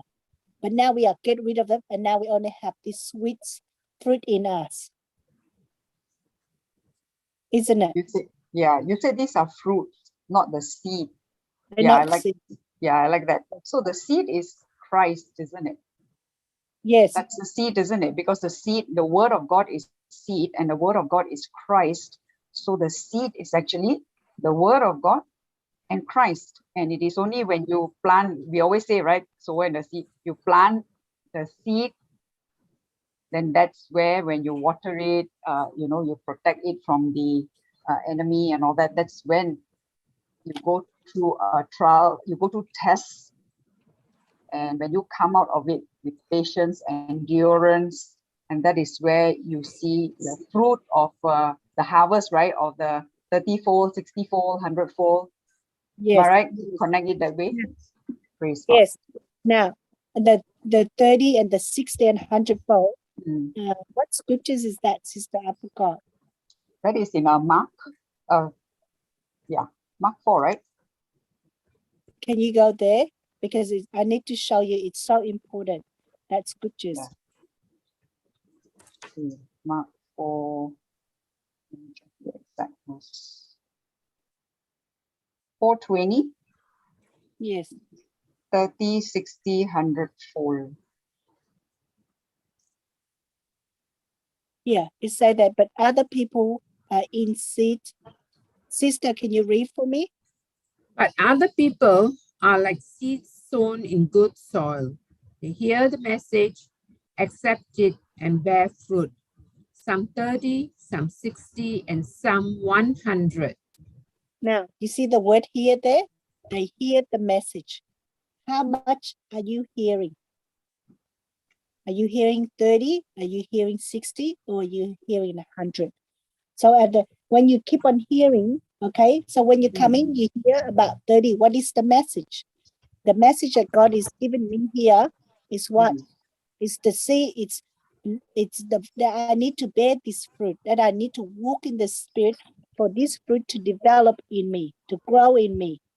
Now, the message that you hear, that what you ever hear today, are you hearing with 30? Are you hearing with 60? Are you hearing with 100? So if I hear with 30, what do? I go and apply 30. If I hear it and I'm not doing anything, that means what? You hear it, but you are not applying to your everyday life. And then therefore you cannot see the changes in your life. And when you hear 30, what do? You need to go and practice. You need to meditate more and more. And when you hear it, what do? See, when I first hear it, I hear it at 30. And then I keep on hearing and hearing the message and applying. Then I go to 60. And every day I'm growing into that 100. It's all about how much you hear, sister. It depends on the level of your hearing. How much are you hearing and how much are you applying the word of God in your life? And whatever you hear and you apply, that's the result you receive back as 30, 60, or 100. Praise God. Praise See, God. we can come and hear and then go back and start talking, cooking, do everything. That's it. Because when we hear, we didn't pay attention. And then what the devil do? He start to bring someone into our lives or make the phone ring and start calling and talking to us. And that moment, it's all gone, sister. All the seed that the information you receive is now all gone. That's like how he come and take all what we heard, he take it all away from us. That's the parable. When we don't pay attention. God. So it's hearing, applying, hearing to get the understanding, right? And then with the understanding, you go and apply it. So once you have... When you hear it, sister, it's faith comes by hearing. Okay? So when I'm hearing and hearing, faith come. Okay? And give me understanding. Understanding only comes when you meditate. Yes. Okay? When I meditate, that's when I'm having a deep relationship with the Holy Spirit. When I'm thinking about it. So when I'm thinking his word, who's talking to me now? The Holy Spirit. When I'm thinking with my mind, who's talking to me? The devil. He's giving me suggestions. He's giving me ideas. He's telling me what to do. But now when I meditate God's word, when I'm thinking about his word, who's talking to me? The Holy Spirit. He give me understanding. He give me revelation. And then what used to be my thoughts now become God's thoughts. His word becomes my thoughts now. Praise God. And then when he teaches me, so how do I get out of my distraction? So I'm paying attention to what he said. So he said to me that the people that comes against you, all the thoughts in your mind, that every thought's coming, what do I need to do? What do I need to do, sister? Every thought's coming to your mind, what do you need to do? Cast it up. Yes, every thought do not accept it. 10:5. You got to know where it is. Mm. That every thought's coming, you need to capture those thoughts. And in using Matthew 18:18 to bind and cast out, because Luke 10:19, he gave me the authority and the power to do it. Because only when I'm empty, all the negative words and negative thoughts in my mind, that's when I can hear the Holy Spirit. Because anytime when you have unforgiveness in you and you tell the devil to flee, he's not going to flee. You cast him out, he won't go. Because you still operate in the flesh, you still thinking with your mind, you still speaking what he says. Only when you renew your mind and you say, no, that's not from God, those thoughts are not my thoughts. I said, devil, you're an obstacle that blocking my blessing. See, you got to know the difference between human nature, the carnal mind, and the word of God. Anything that pulls you down, that is not edifying, that is not encouragement, that is not love, that is not from God. So are you going to, so that moment there, are you going to bind and cast it out, or are you sitting there and thinking about it? And the more you think about it, the more it multiplies, the more fear comes, the more worry comes. See, I don't apply fear into my life. That's why it becomes weaker and weaker. So when anything comes, even though I'm, inside me is shaking, but I don't talk about it. Because I know God loves me. And I know I have to be at joy, because only when I'm at joy, that's when I have His strength. He's giving me the strength to fight.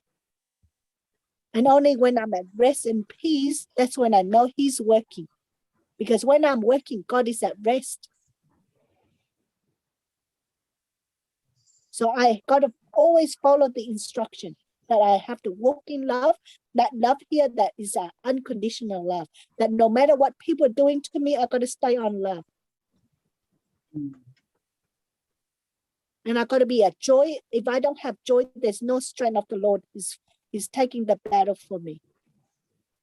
The moment I'm worried, I'm out. That means I'm not in the kingdom of God. That means I'm not walking in the Spirit.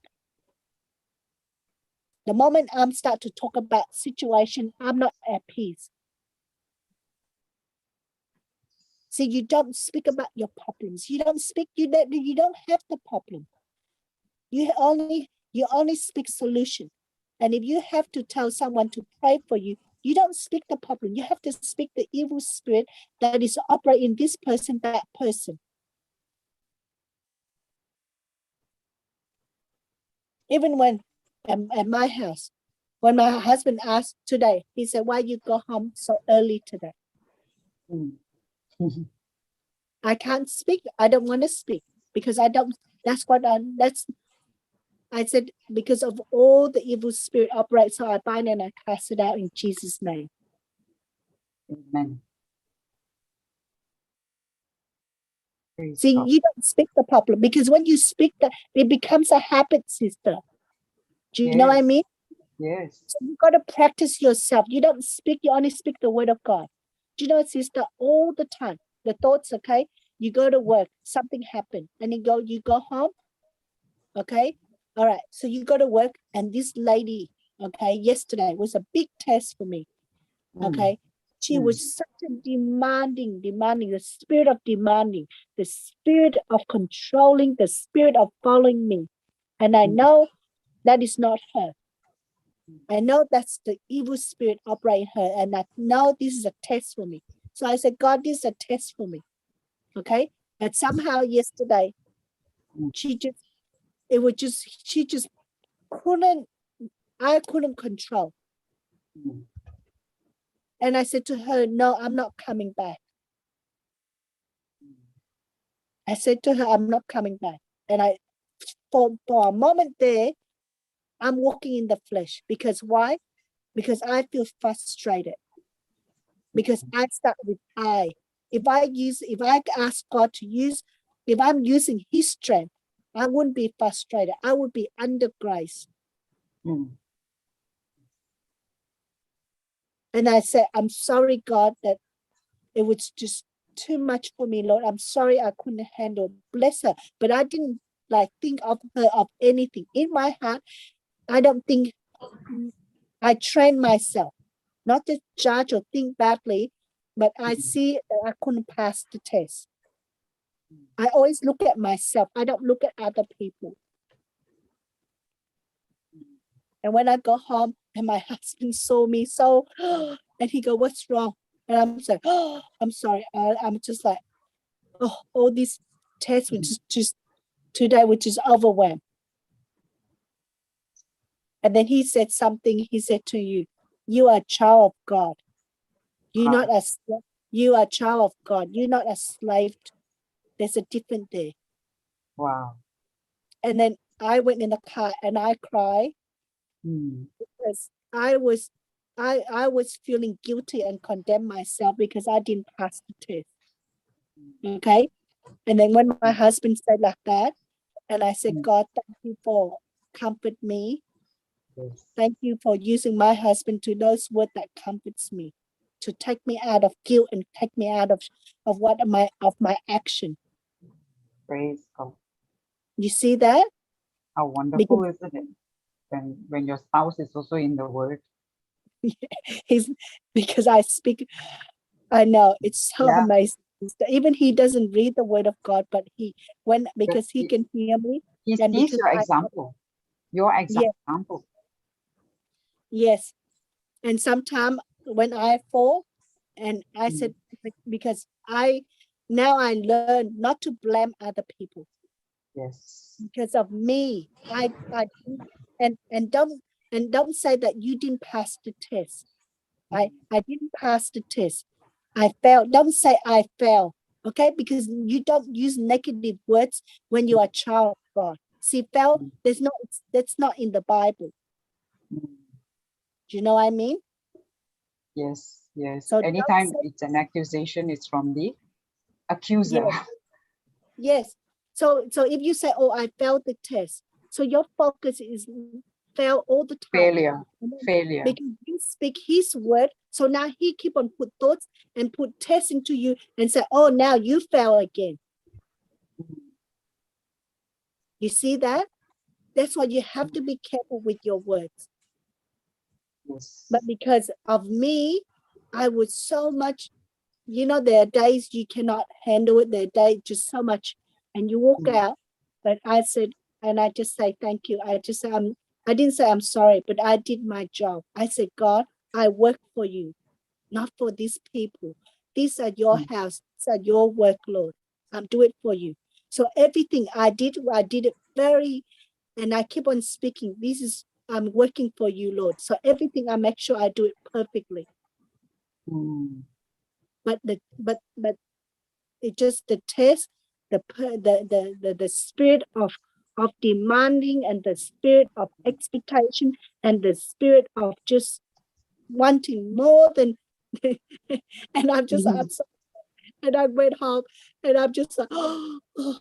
And then my husband saw me, and then after he said that word, make me think through the word of God. You see how I think through the word of God? Take me out of the flesh, take me out of guilt and shame. Yes. Yes. Actually, where do you draw the line, when someone treats you harshly? I don't know. Jesus says, Okay. love Yes, your enemies, right? yes, you love your enemy. Love those who hurt you. So is there even a line there? Yeah. So I've been through it.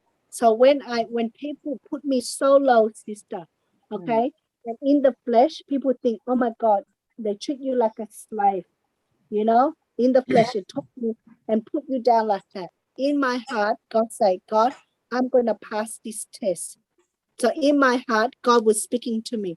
I will give you everything, and I will and then I keep on speaking to myself, Lord, I'm going to pass this test. I'm going to walk in love, because you will never leave me like this, Lord. You raised me up, Lord, and you put me where I am now. You will never leave me like this. This is the test that I need to pass to go to the next level. And so I keep on focus on the word of God, thinking with the word of God, and the Holy Spirit starts speak to me and give me comfort. So I was like crying and working at the same time. But the people who treat me with just the action that the devil is, so the thoughts come and speaking to me, but I choose to walk, to always think with the word of God, and the word of God give me comfort, give me joy, because I walk in love, and give me peace, because in my heart he will say, I will give you everything. And I was crying at the same time. And you know what, sister? Because that every time I come to that place, it's very disturbing in my heart. Do you know what I mean? Because you're not at peace. Because that person, you just say, where do you draw the line? If you keep coming back, it just trigger your emotion, isn't it? And every time it's a test, so I just keep on walking love. But there are times I couldn't handle. I woke up, I'm sorry, God, for what I did. And you know what? And the last time I said, God, I'm going to walk in love. I'm going to pass this test. After 1 week, sister, the COVID come. Mm. And everything locked down for 4 months. And that's God take me out of that situation. Praise God. You see? Yeah. Praise God. And Yes. I know that we have a choice. I know yesterday I said to that person, I'm sorry, I'm not coming back. She said to me, you did a good job. And I'm just like, no, I don't want to come back. Because why? Because I know in my heart that environment there, the moment I walk in there, I'm not at peace. Yes. Do you know what I mean? Yes. Yes. Praise God. That's why I said, where do you draw the line sometimes, like continuing, not continuing? I guess that's a discernment with the Holy Spirit, right? Yes. Praise God. And then when I go home and I get the comfort out of my husband, that's when I know that what I did, sometimes the situation where God puts you in, whether we go through the test, we cannot look in the flesh, because the moment we walk in the flesh, we look at what people are doing, we start to get frustrated. But if we walk in love, God will never, He take us to this where we are now. He will never leave us here. What we go through in the test in our life, sister, they are there to stay. They are there to test our faith. They are there to test that that God wants us to walk in love. And when we walk in love, that's when you pass the test, God take us out straight away. And He take us and promote us and take us to the next level. Yes. That's why every test, sister, I always focus to walk in love, because I don't want to repeat the test. Yep. Because the more you fail, the moment the test comes that your spouse is yelling at you, your spouse is doing something wrong, your children, your boss, anybody who comes against you, the moment you are looking at them, you are judging, that means you are not walking faith. So that you have to repeat the test again until you pass. That's when God takes you to the next level. See, you got to hold all the way to the end, James 1:12, to receive the rewards. That's why every day there's a small one, you got to be faithful in the small one, in the small thing, whatever it is, you got to be faithful. When nobody's looking, that's when God looks, only God can see you. Are you faithful in little things? When you see something on the floor and people kick it or whatever, little things. Do you bother to pick it up? Do you operate in love? Or when people do kick you and hurt you, when nobody sees it, are you in your heart? What is your heart condition? Everything is from your heart, sister. Yes. Praise God. Praise God. Thank you, Jesus. There is a question. Thank you, Sister Sinaka. Thank you for the explanation. There is a question on YouTube. I'm so sorry I missed it earlier on. I'll put it on the chat. Okay, I'll now read to you. It says, how to keep our mind focused on the word while doing my work. Also, what is the difference between reading and hearing God's word? Okay, so when you focus on, when you are working, Colossians 23, you must know that you work for God, not for people. Okay, so when you get to the workplace, okay, when you go there, what are you doing? Are you sent God's word forward to make everything perfect for you? See, everywhere, every day, you need to use Isaiah 45:2. Every morning you get up, you thank you, Lord, that He already go before you and make everything perfect for you already. So when you get there, everything's perfect. Now, when you get to workplace, God, I work for you, not for people. So if you work for God, who are you trying to please? Are you trying to please God, or you are trying to please people? Are you focused on God, or are you focused on people? And while you are working, that anything that people comes against you or talk about you, or you are not doing something right, or they're giving too much work for you to do, what is in your heart? What is in your mind? Are you thinking this person is accused me of this, that person is accused me of that? Or is it, are you speaking what God said? God, I'm going to walk in the Spirit. God, I'm work for you, not for people. So what does that mean? You give me, I'm under your grace, Lord. You give me the ability to do everything here. You set me here to bring somebody out of darkness. It's just like me, when I'm in the darkness, I ask God to send somebody. And then God sent Papa into my life to take me out of darkness. Now God is want us to go into that place, to bring that people out of darkness. And we can only bring people out of darkness when we walk in love. Because only when we walk in love, love will destroy every work of the devil. So when I see A is attacking me, A is angry at me. Now we know that's not A. That's the evil spirit operate in A. Okay, or your boss or anybody. What do you need to do? You cast out the spirit, because the devil, the evil spirit, what is his purpose, his plan? For make us to speak cursing, to speak death into one another life. That's how he destroy us. So what is my job here? My job is to walk in love, because only when I walk in love, that's when I can destroy every work of the devil.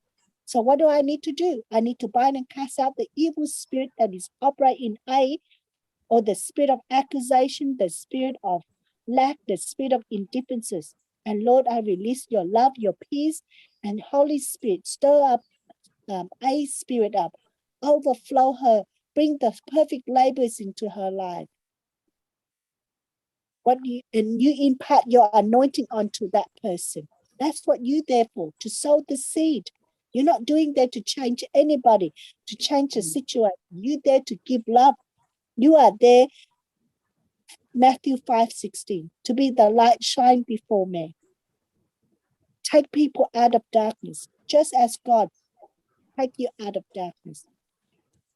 2 Corinthians 1:4. Now we, whatever God help us in our trouble, we now go and help others to come out of the same, how God has taught us to come out of our trouble. So when you work for God, what do you need to do? You need to work according to his word. That means what? To walk in the Spirit, to operate in love. Praise God. And you don't look at what people are doing. You keep on thinking on what God said. And the more you are thinking on God, what God said, the more he gives you the strength, the wisdom, the ability to do everything. And that's how you get your promotion. Praise God. And then how do you go? And there's and the difference between reading and hearing God's word. Okay, what's the difference between reading is when you read the Bible. Okay, now when you read the Bible, you cannot read with your mind. You have to read out loud. Okay, the kingdom of God is voice activated. Okay, reading the word of God is in your lips, so you have to speak out loud. And hearing is when you listen to the teaching. It's like you are hearing the word of God now. So hearing what? Faith comes by hearing. So when you speak, you got to read out loud so you can hear yourself, or you can hear somebody is teaching on the word of God. That's when faith comes and give you understanding. You cannot read in silence, sister. Okay? When you read in silence, the devil will put thoughts into your mind and lead to your own understanding. Praise God. Praise God. That means you've got to speak it out. Not just reading like, in your mind silently, because usually when we read, sometimes it can also mean a person is reading it silently, right? Yes. Looking at the words, you know, your eyes are moving along with the words, but you're not speaking it out. Yes, you're very right. I found that, you know, when I actually speak the scripture while I'm reading it, while I'm looking, you know, let's say I'm looking at the Bible, let's say, you know, the Bible verse is in front of me, John 1:1.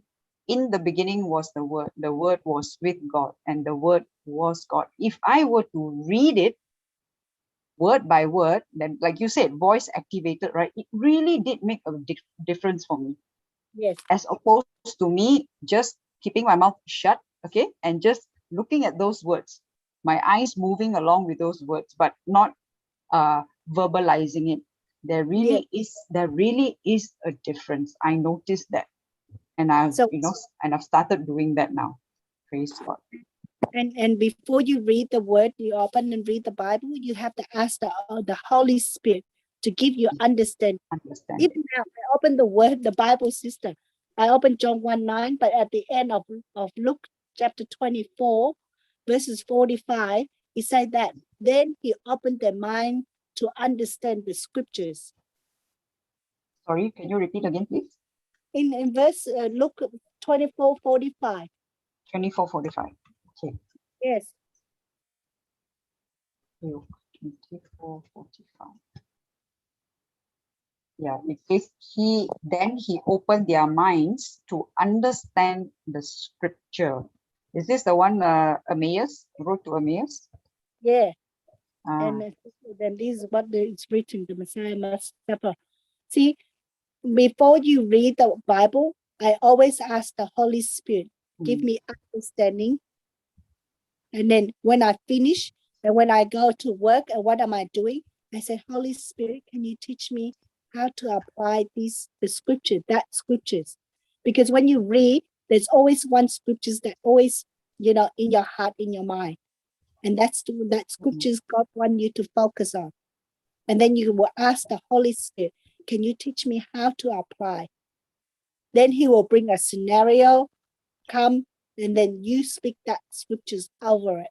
That's your solution. That's how you learn. That's how you apply into your everyday life.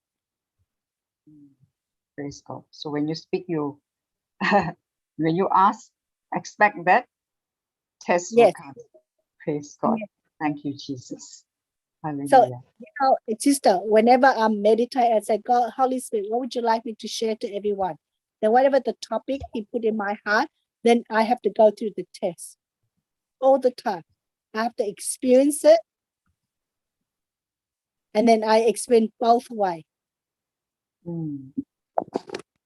And when you read the Bible, sister, you put your finger and you read. So say, in the beginning, the words already exist. So who is the word? Jesus is the word. So you start talking and then you start to connect the scriptures. Because in John 1:14, it says that Jesus becomes the word, become human being. So Jesus is the word. So you put, now you put Jesus. So in the beginning, Jesus already exists. Jesus was with God and Jesus was God. And from the beginning, Jesus was with God. And through him, God made all things. Not one thing in all creation was made without Jesus. You see there?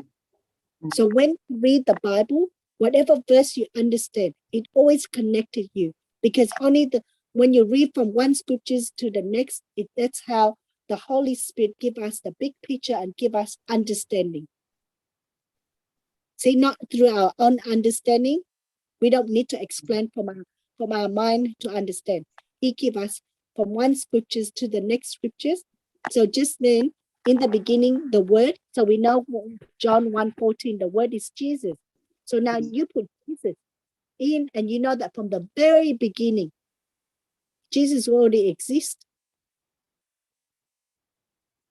And everything was made through Jesus. So everything I have to go through Jesus. Yes. You see that? And that's when you have understanding. That's when you connect all the scriptures, and that's when you have a big picture. And then the more you spend time, the more you ask the Holy Spirit, the more he gives you and connect you to more scriptures and give you more understanding. And when you don't understand anything, you said, Holy Spirit, why is this scripture say this? Can you give me understanding? And then you sit in silence in your heart. He will speak you and give you understanding. That's how he explained to me. I would just sit and I read and I said, Holy Spirit, can you please explain to me what does this mean? And in my heart, there's a flow of words from my heart. Just keep on continue speaking to me. See, you got to train yourself to know where the words come from, your mind or your heart.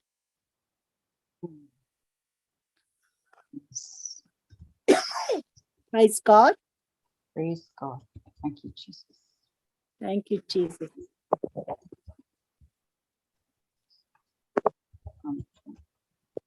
See, everything, sister, it comes back to the renewing of the mind. It's all about the mind. It's all about your heart condition.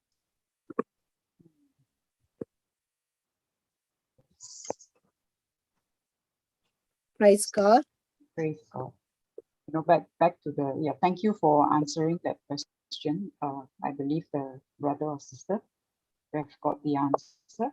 And you know, when the question says how to keep our mind focused on the word of God while doing our work, you know, when we worry, what is worry? Worry is meditation on the negative. Don't we worry when we work sometimes, you know, previously, right? In the same way that we worry, you apply that same thing. It's actually the same.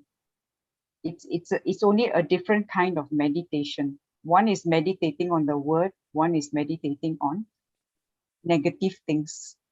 Because if we sorry, sister, say sorry. No problem. I said if we can worry while we are working, we can also keep our mind focused on the word of God while we are working. Yes, you speak. It's just the opposite. It's the opposite. What are you focusing on? So it's actually the same thing, isn't it? Yeah. So when I'm working, I say love. I got to walk in love before I get to that family or to wherever I'm going. I said, Lord, let your love, whoever you bring me into my life, Lord, let your love, your peace, your joy, and your healing power flow into that person, to that family. See, whatever you do, before you get where you want to go, you already set the God's word go forth to make everything perfect for you already. Yes. Everything you do, so Isaiah 45:2 and Isaiah 55:11. You gotta speak the word of God before you get there, and when you get there, you know you already have victory. Yes. Praise God. And when you start to worry inside you, you have to know the scriptures, Philippians 4:6 and 7. The worry comes, the thoughts come and say, oh, I can't do this, or what am I gonna do? Or that's worry. So what do you say? God, you tell me not to worry. You speak the opposite. God, you tell me not to worry, but turn everything into prayer, into a thankful prayer. So Lord, I thank you that you will give me the ability, you will give me the strength, you will give me the wisdom to do this. And I thank you, Lord, that I'm going to focus my mind, my heart on you, because only when I focus my mind, my heart on you, that's when I have the peace that surpasses my understanding. So Jesus, help me to keep my mind, my heart on you.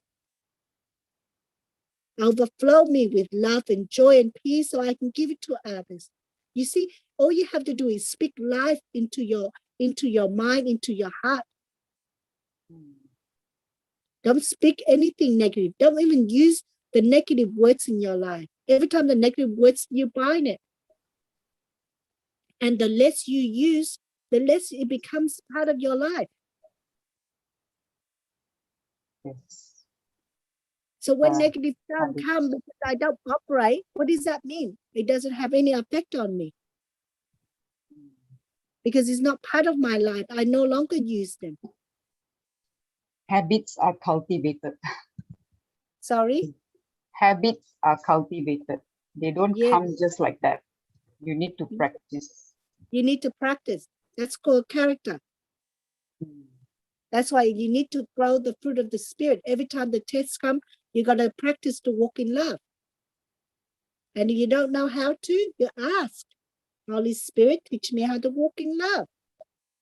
And what do you need to go? If you love your husband, you love your wife, and they're showing anger to you, you have to speak the opposite. You cast out the spirit of anger. You say, my husband loves me. My wife loves me. I love my wife. I love my husband. My children loves me. I love my children. See, you always think on good things. Philippians 4:8. Always think, no matter what they do wrong, don't think negative. That's the devil. You see, sister, if you keep on focus on people, especially your family, the more you focus on them, the more the devil knows that's your weakness, the more destruction, the more tests you have to go through.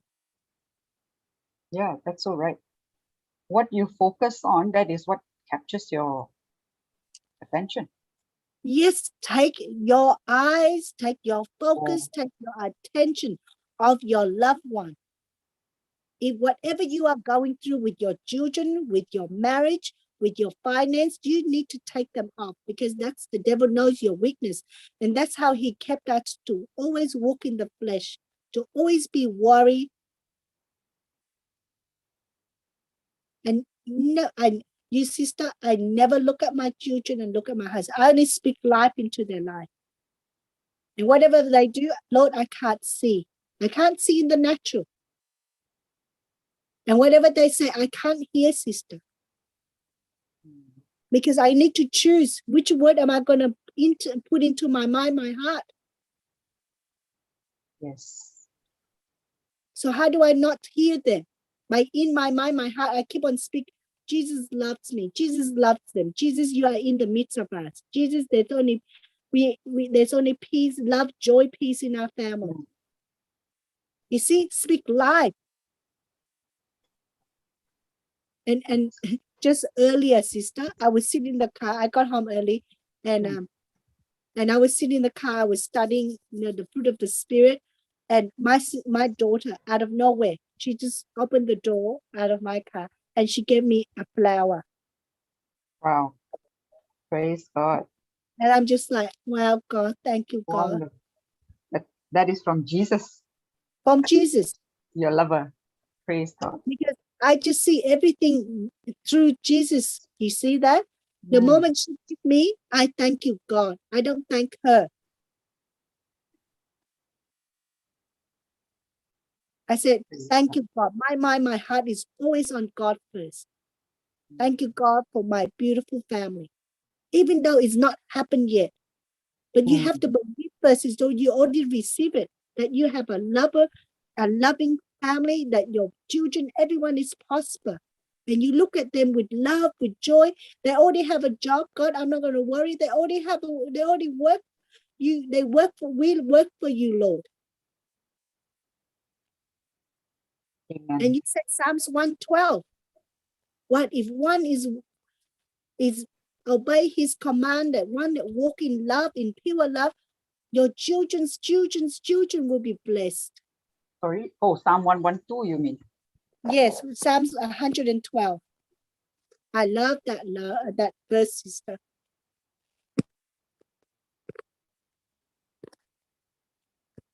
Praise ye the Lord. Blessed is the man that fears the Lord. Oh, sorry, I took this in, okay, let me move to, I didn't realize it's in KJV. Okay, I'll start. Psalm 112, verse 1. Praise the Lord. Happy is the person who honors the Lord, who takes pleasure in obeying his commands. Verse 2. Yes. The good man's children will be powerful in the land. His descendants will be blessed. His family will be wealthy and rich, and he will be prosperous forever. You Praise see, the Lord. sister, it takes Yes. one person to honor the Lord, to walk in purity, to have one clear conscience, and to sincere to what God says. Be faithful, be obeying to his command. Your whole children, your family, your children's children will be blessed. Okay? Yeah. And your family, riches and wealth flows into your family. Everything you do, you touch will be prosper forever. So what do you need to do? Focus on love. Everywhere you go, you walk in love, and that's what you're going to have. Praise God. That's all I focus is love. And it's when your mind, your heart need to think on the word of God. Don't think with your mind. Don't think what I need to do this, I need to do that. I have to do this, I have to do this. I've got to find a job. You are doing now your own work, your own effort. The moment you start I, Paul said, not I, but Christ. Christ, you are doing for me. I don't need to do anything. Christ, I thank you that you have made Paul for me to become rich. So I'm rich in Jesus' name. You have given me the wealth, the power to become wealthy and rich. God, I thank you that you have opened supernatural door and the right people into my life to guide me into the right path. And what do? And then the tests come. Remember, the moment you pray for something, the test will come. Are you walking in love? What are you in your mind, your heart? What are you in your heart condition? Is your character becoming more like Jesus, or are you still operating in the sour fruit, in the bitterness, in the anger? And the quicker you pay attention to your inner self, the quicker you come out of your situation. See, your attention is always your inner self. You don't focus on anybody who says anything. What do you need to do? Anything that is not love, what do you need to do? You bind it and you cast it out. And what do? You release the love. God give you the love. So now you go and give love to everybody. Praise God. Praise God. Praise God. Thank you, Jesus. Hallelujah. Thank you. Can we move back to, thank you for the explanation. Can we move back to Galatians 5:22 just now? We took the first set of joy, love, joy, peace is a relationship with God. So only when I have a relationship with God, then I'm able to have a relationship with other people in God's, through the lens of Jesus.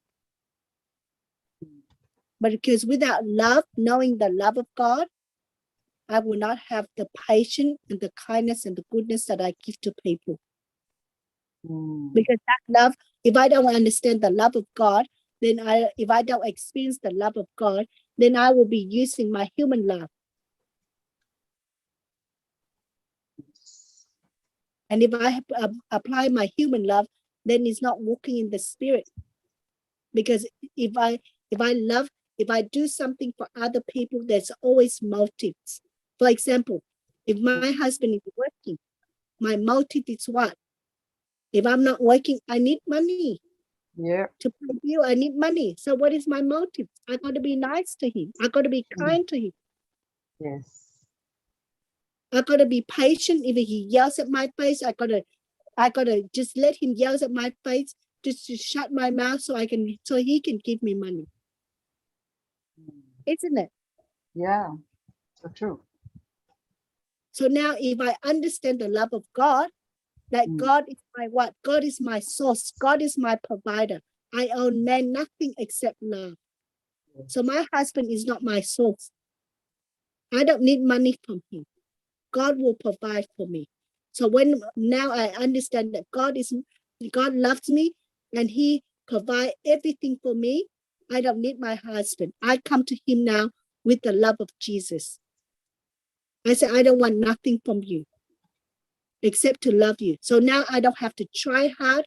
I don't have to be kind to him. Whatever he says, I know that is not him. That's the evil spirit. So I'm going to walk in love and take that and destroy all the evil spirit operate in him. So I don't have no motives now. Isn't so amazing? I said, God, because I said, God, can you ask him to help me out with the money? Thank you, Jesus. You see how I go directly to Jesus? I don't go and ask him anymore. And you know what he did? I told you, sister. He went to work and I was having my Bible and my phone next to the Bible. He put money under my phone. Yeah, I remember you saying that. And how wonderful. I'm like, and I just look at God and I said, thank you, God. You see? Yes. He's your source. He's my source. And Not God him. put what I might desire, what I delight in the Lord, and God put the desire in your heart. So I put that in my heart and I spoke, and God put into my In husband. his heart. I don't need to go and ask him. I ask God. Because Praise God God. supplies. Amen. See, you got to go and do exactly. You got to follow the system. Correct.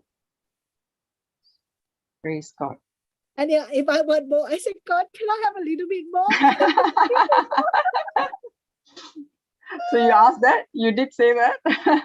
God, can I have a little bit more? And he give me more. And I'm just like, God, thank you, Lord. Thank you, Lord. Thank you. You see, always grateful and thankful. You see where my mind, my heart is on sister, on Jesus.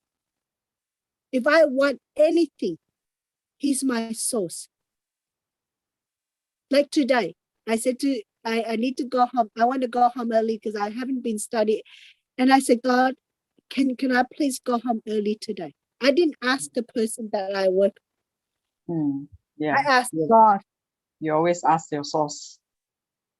And I asked God, and they let me go home 3 hours before that, sister. Wow. Bonus. Praise the Lord. Thank you, Jesus. God is so good. So good. So good. And when I get in the car, I was sitting there. I didn't want to come in the car. So I just sit in the car and I study more. And then my daughter walked out and she gave me a flower. Wow. Praise God. And I got everything, sister. I said, thank you, God, that I want to focus. I want to, pay attention to you, Lord. Can you ask my husband to cook? He cooks. He cooks. Praise God. Everything. You see, everything. Yes. God first, and he will give you the right path. Do not lead to your own understanding. Do not ask why I need to do this, I need to do that. You say, God, this is what you said in your word, and you speak out the scriptures. And then you operate in love. See, your mind, your heart, it needs to always operate in love, no matter what people do it to you. Yes. And when you don't pass, when you get frustrated, you know that you are walking in the flesh. You know that you are not walking in the spirit. What do? You need to repent. The moment you repent, you are forgiven.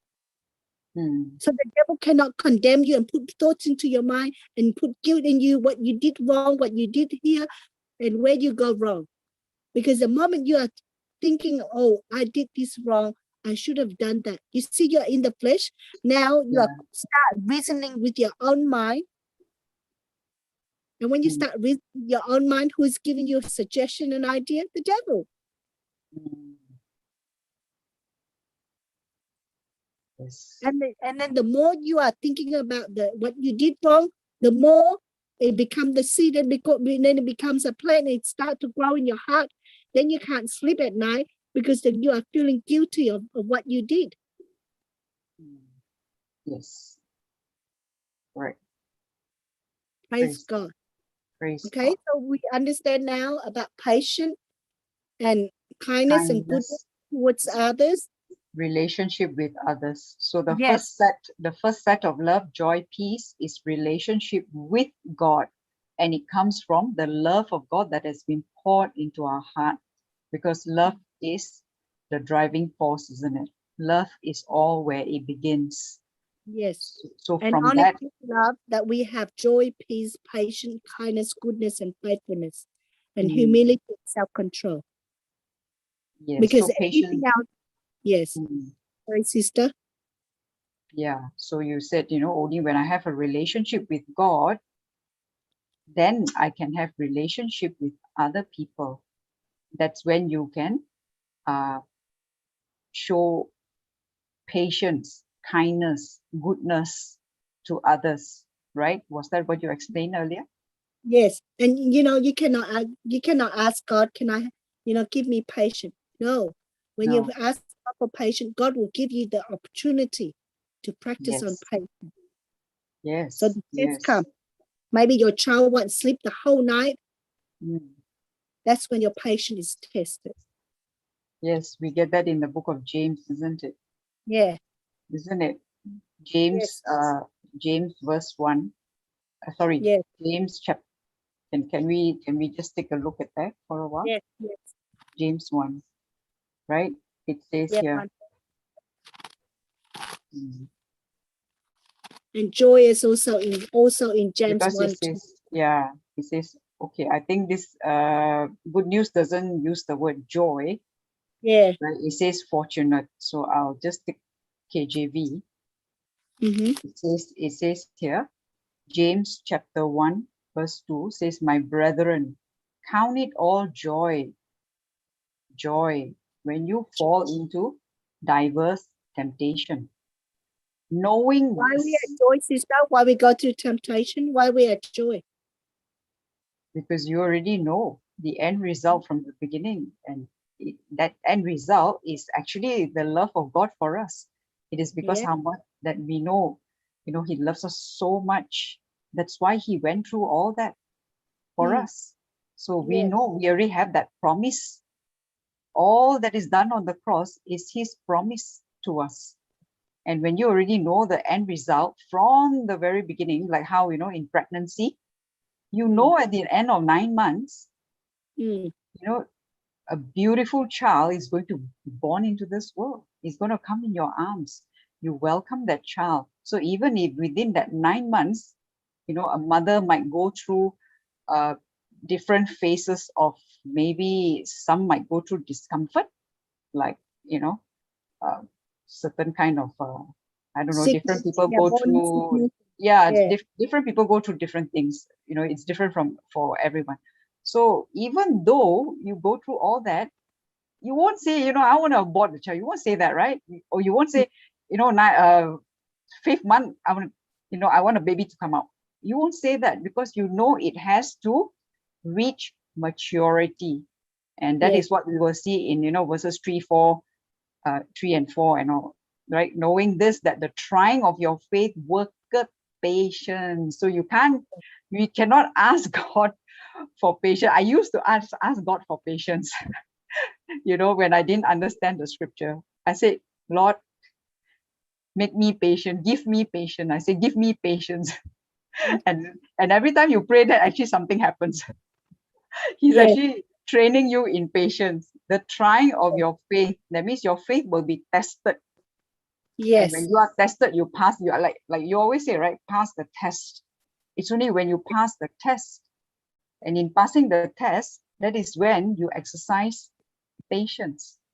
Because if I'm not patient, how can I pass the test? I will give up halfway.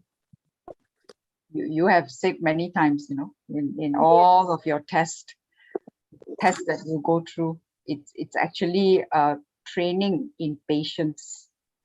How much am I? Yeah. You see, my test for the test that I go through for my sickness, for the sickness that I used to have, Yes. The the asthma. lung problem, the asthma, took 18 months, sister. Yeah. God was testing me the whole time. He was molding me. He was shaping me to trust in him, to walk in his love, to be at joy, rest in him, and be at peace. Yes. Even And to though, be right, patient.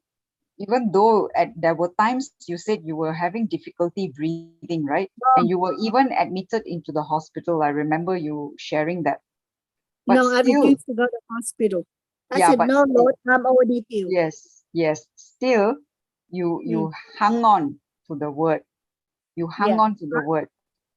Sister, there are days I can't walk. I have to hold on to something and I have to lie in bed. I can't get up.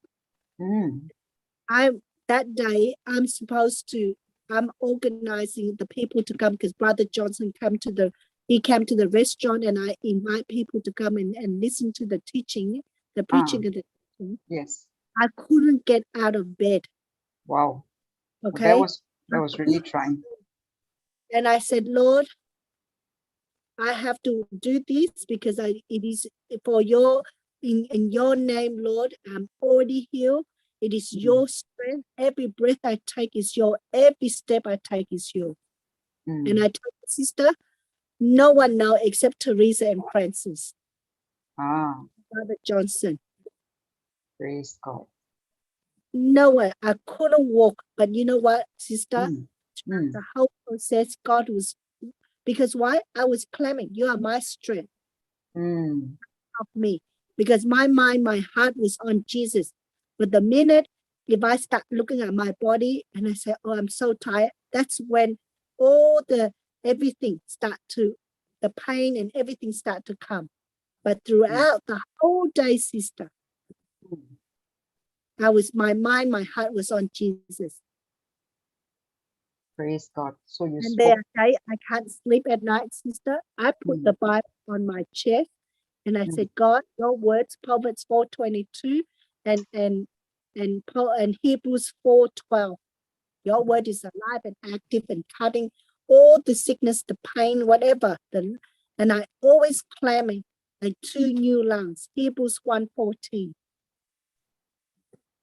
And I remember I look up, I said, no, devil, I already have new lungs. Thank you for going. For giving me the 2 new lungs, and I thank you, the Holy Spirit, to restore my new lung. Every part of the organ is functioning normally, just the way God has created. Amen. Yes. See, it's your faith, and throughout the whole day, sister, God was testing me not to think negative. Yes. Praise God. But the way I see is, Lord, I have nothing, like I cannot walk if I'm like cannot rely on you. There's nothing else I can go on. Yeah. He's our strength. Yes. So you got to think, if God can heal me within 1 year, no one can heal over 1 year, no one can heal me with the 20 years of asthma. That's like, the rewards, it's amazing. Yes. But it's God's timing. And the more you stay focused on love, the quicker you come out. Amen. Because why, sister? God was testing me, but throughout the whole little things, God was inside me. Let go of your unforgiveness. Change your thinking. So he was inside me. He was trying to get rid of all the unforgiveness, all the bitterness, the anger. He was saying to me, go and say sorry to your husband. Go and say sorry to your children. Go and say sorry to your in-laws, to your father, to everyone that I've been thinking wrong about them. That's the first correction that God wants us to walk in his righteousness. That means what? To get rid of all the unforgiveness. Because if we have unforgiveness in our heart, we cannot tell the devil to flee. We cannot rebuke him. Because we're connected to him. Yes. Praise God. Okay. So we understand. And then the last 3 that's about the relationship of self.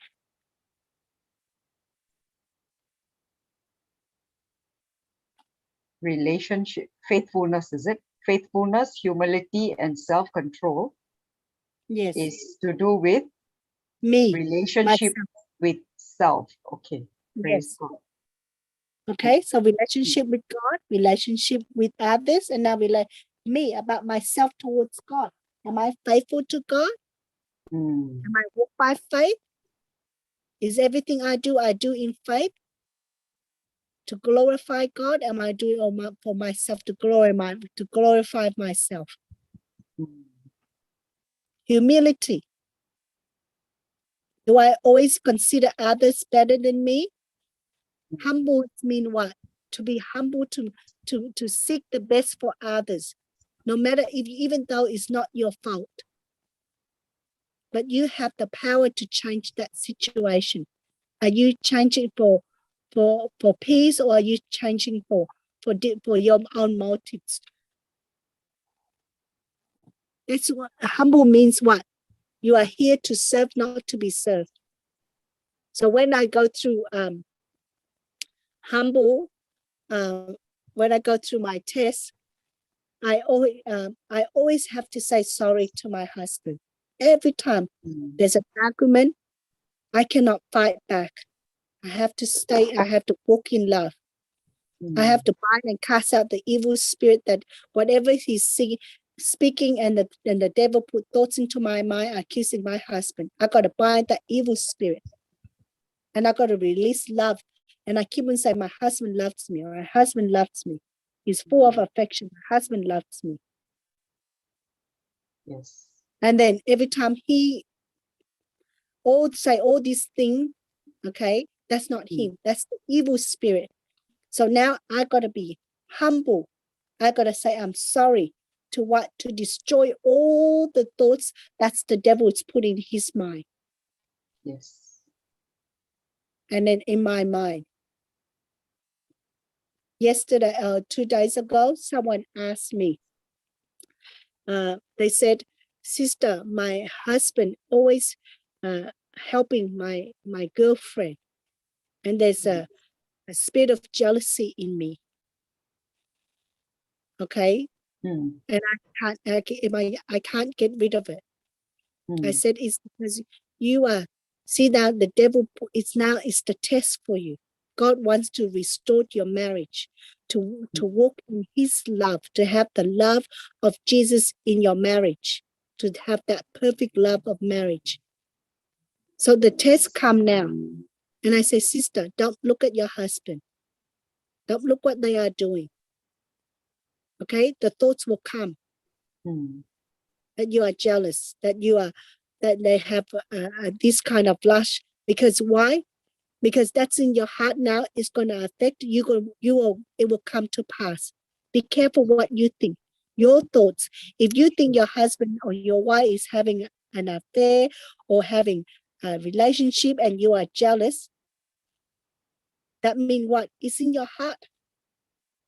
So now you've got to look at yourself in your inner self. I've got to change that now. So that's not from God. That's not love. That is not joy. That is not peace.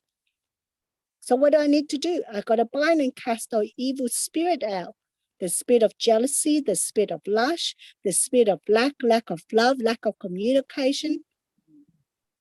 And what do I need to do? I need to release the love and the joy and the peace of my husband on the people around me. And what do I need to do? How do I overcome the work of the devil? How do I overcome Satan? Revelation 12:11. I plead the blood of Jesus on my husband, on my family, on the people around him. And I testify what Jesus did by the blood of Jesus. Let your precious blood destroy every thorn and thistles, every demonic activity that is working in my husband, in the friend. And Lord, let your love flow through them. That's how you destroy the work of the devil. But your mind, it has to agree with what God say. So you keep on saying love. You speak love. You say, I love my husband loves me. And then the thoughts will tell you, go and check the phone, go and check the pocket, go and check this, check that. You said no. That means you are trusting God. You are at peace. Lord, 1 Peter 5:7, I cast my care onto you. I cast my husband onto you, Lord. Lord, I bless that person. She's only look at my husband with the love of Jesus, because you already cast out the lust. Mm. You see that? Yes. And you keep on speak love. And now you got to apply love, unconditional love. So whatever he's saying, whatever he's doing when he comes back, you need to bind the negative things that he's doing. And you keep on speak love, love, love, because love never fails.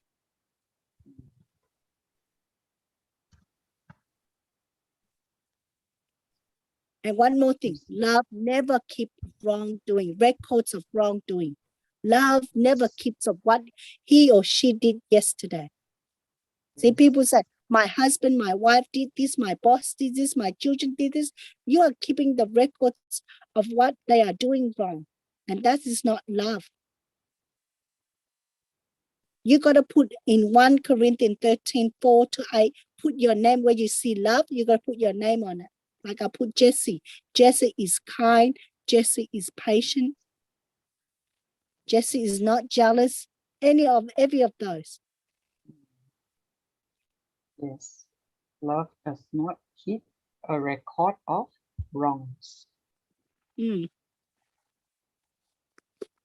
Yes. isn't it? Yeah. See, Yes. love is not ill manner or selfish or irritated. Are you irritated? That's not love. Are you keep on thinking about the past or what your loved one is doing? That's not love.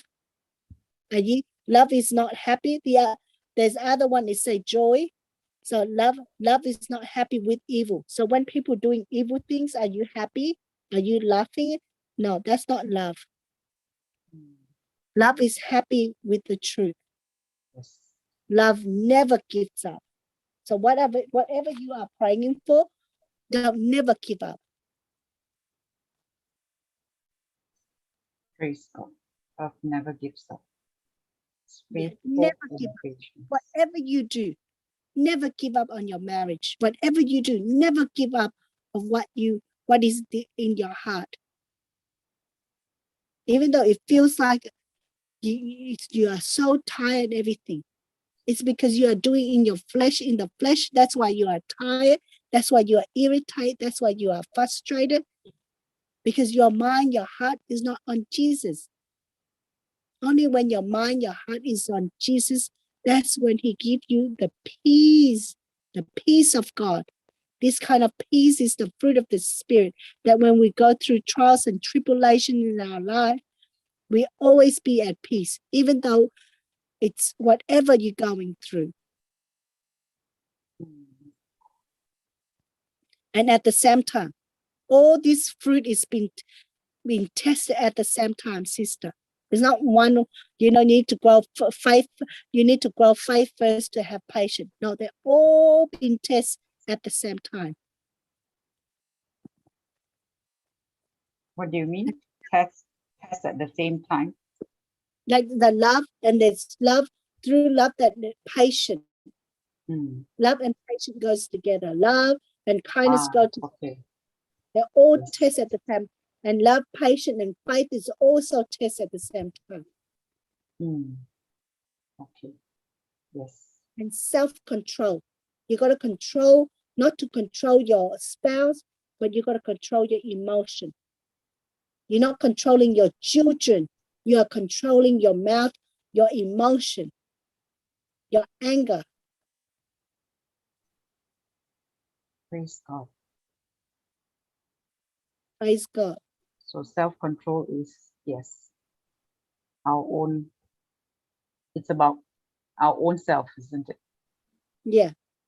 Me, nothing of me.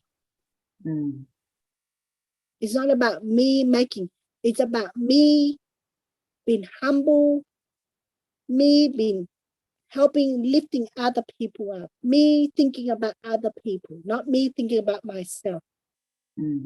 Yes. And me not controlling anyone except controlling myself. Yes. Many of us control the people around us, controlling our children. We are not here to teach our children. The Lord is teaching them. We are here to give love, and to guide them into the right path by speaking the word of God into their life. We speak Amen. life. Yes. That's why you see most of us, when we are in the word, we don't speak problems. We all go through the same suffering, sister. Yes. But we choose not to speak those words, because when we speak it, that means what? It's still rooted in our heart. I got to delete them. I got to erase those words. It doesn't exist the kingdom of God is within me. And the kingdom of God, there's only life, there's only love, there's only joy, there's only peace. Anything else, you don't speak. Because the more you speak, the more you are mixing the two worlds, the knowledge of the world and the knowledge of God's word. See, when you are speaking problems, my husband, my wife, my children have this, have that, that means you are speaking the knowledge of the world. You are speaking of with your five senses of what you see. Yes. And then you go, oh, but I know that 1 Peter 2:24, that Jesus already healed by his stripe, he already heals me. If he already heals you, why you keep on speaking about your situation? Why you need to keep on going and explain to people? That means you're not believing. You don't need to go and share what people about. You don't need to go and testify what the devil is doing in your life. You need to testify. That's how you have victory in your life, to testify what Jesus did for you. Amen. Praise God. Praise God. Thank you, Jesus. So thank you. That was a wonderful explanation. I like the how you group all three. It becomes easier to see. And can you just explain briefly on there is no law against such things as these? Because, sister, we now operate and we are now operate under grace. The Spirit of God, what? Grace. Grace and give us the ability to love, to have joy, to have peace, to have patience in our life. There's no law. There's no law, because law is operate on what? On I, me, myself. The old covenant. Yes. So the law is the old covenant. We're no longer married to the old covenant, to the law. We're now under grace. Praise and God. we don't follow the instruction. We just go with the instruction of the law. We now follow the commandment of love. There's only one commandment, that is love. Yes. So there's no law, nothing except Christ, except the Holy Spirit working in our lives. Praise God. Praise God. Thank you, Jesus. Thank you, Lord.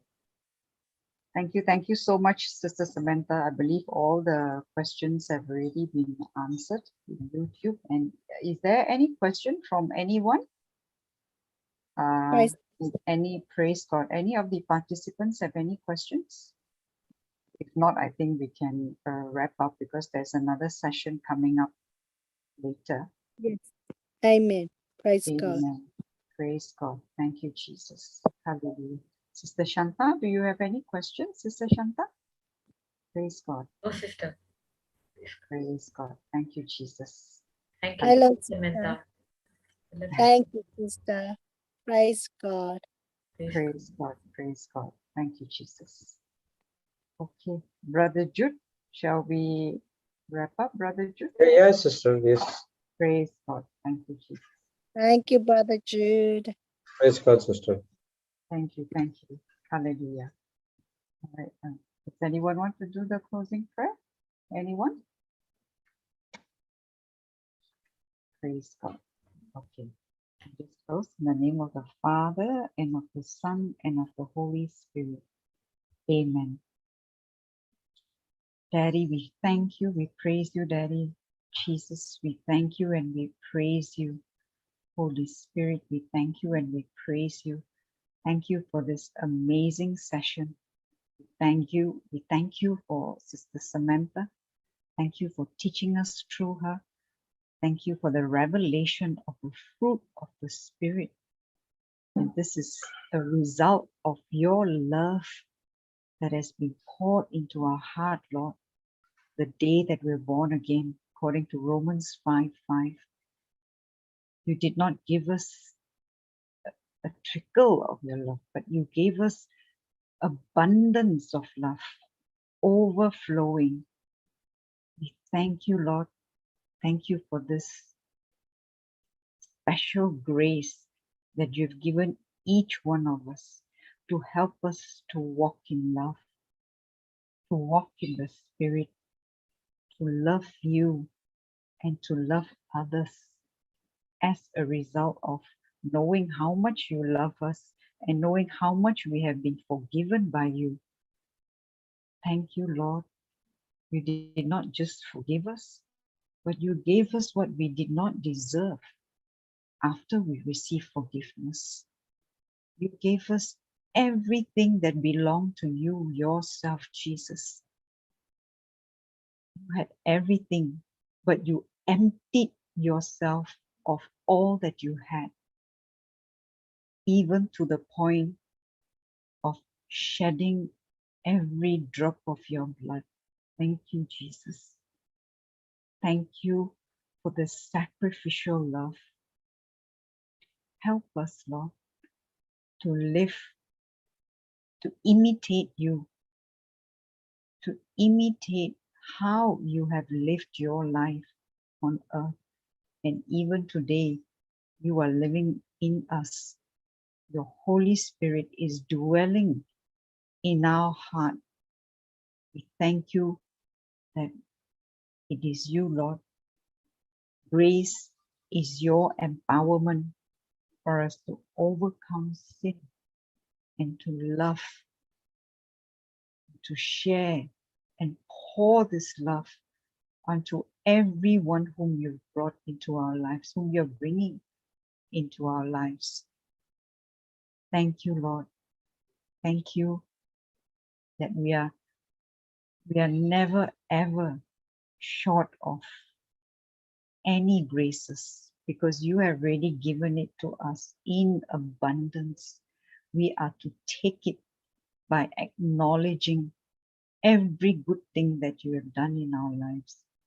We thank you that you are teaching us and helping us and molding us each day as we learn and study your word. You're training us in patience to develop all the fruit of the Spirit, which is love, joy, peace, patience, kindness, goodness, faithfulness, gentleness, and self-control. Thank you, Lord. We believe as we exercise our faith, as we walk in love, as we connect ourselves to you through the word, through your word, all these fruit of the Spirit is being developed in us. And thank you that we are not keeping these fruit are not meant for us. They are not meant for ourselves. It's for us to give them away. It's for people to draw closer to you when they taste the fruit of your love. The fruit, all these 9 fruits. Thank you, Jesus. Thank you. It is a result of being connected to you, not of our own doing, but your goodness working in us, through us, your grace empowering us to do that which is not possible on our own strength. Thank you, Lord. Thank you for these precious promises. Thank you for your grace. Thank you for your love, your mercy, your compassion. Thank you. We honor you. We love you, Lord. We give you all glory, thanks, honor, and praise to you and to your name alone, Jesus. No one else, only to you. For you are our Lord, our Master, our Savior, who loves us so much. Thank you, Jesus. Thank you, Holy Spirit. Therefore, we thank you, Daddy. Thank you for your perfect plan of salvation, that we can now call you Abba, Father. We can call you Daddy. We can call you Papa, our loving God, our loving Daddy, our loving Heavenly Father. Thank you for every good thing that you have lavished upon all your children. Help us to grow in spiritual maturity so that we live a life that is pleasing to you.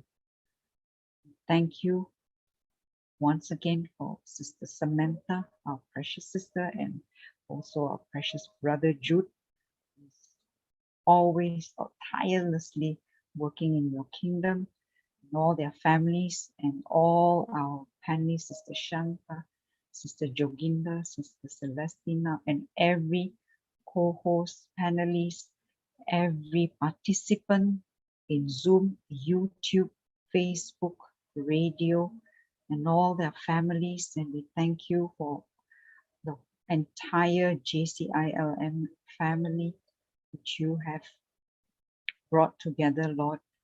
Thank you that each one of us is your gift to one another.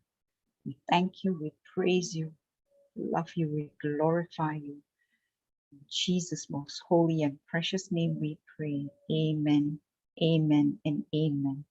In the name of the Father, and of the Son, and of the Holy Spirit. Amen. Amen. Praise Amen. Thank you, Jesus. Thank you, Sister Samantha. Thank you, Sister Jessie. Thank you, Brother Jude. Thank you, Sister Samantha. Thank you, Thank you, Sister Shanta. Thank you, everyone. Praise God. Praise God. So all the meetings remains the same. Tomorrow, 6:30 we have Canada class, 6:30 a.m. IST, because they are following the daylight savings. So we have gone 1 hour behind. So instead of 5:30 a.m., Canada class will start at 6:30 a.m. and Sister Australian class will be on Zoom, and it will be recorded and it will be uploaded later. And tomorrow morning 9:30 we will start with a revision, and then Brother Sudhir will take class by 10:30 a.m. Praise God. And all other Zoom sessions are remains the same. Thank you. God bless you all. A wonderful day. Bye-bye.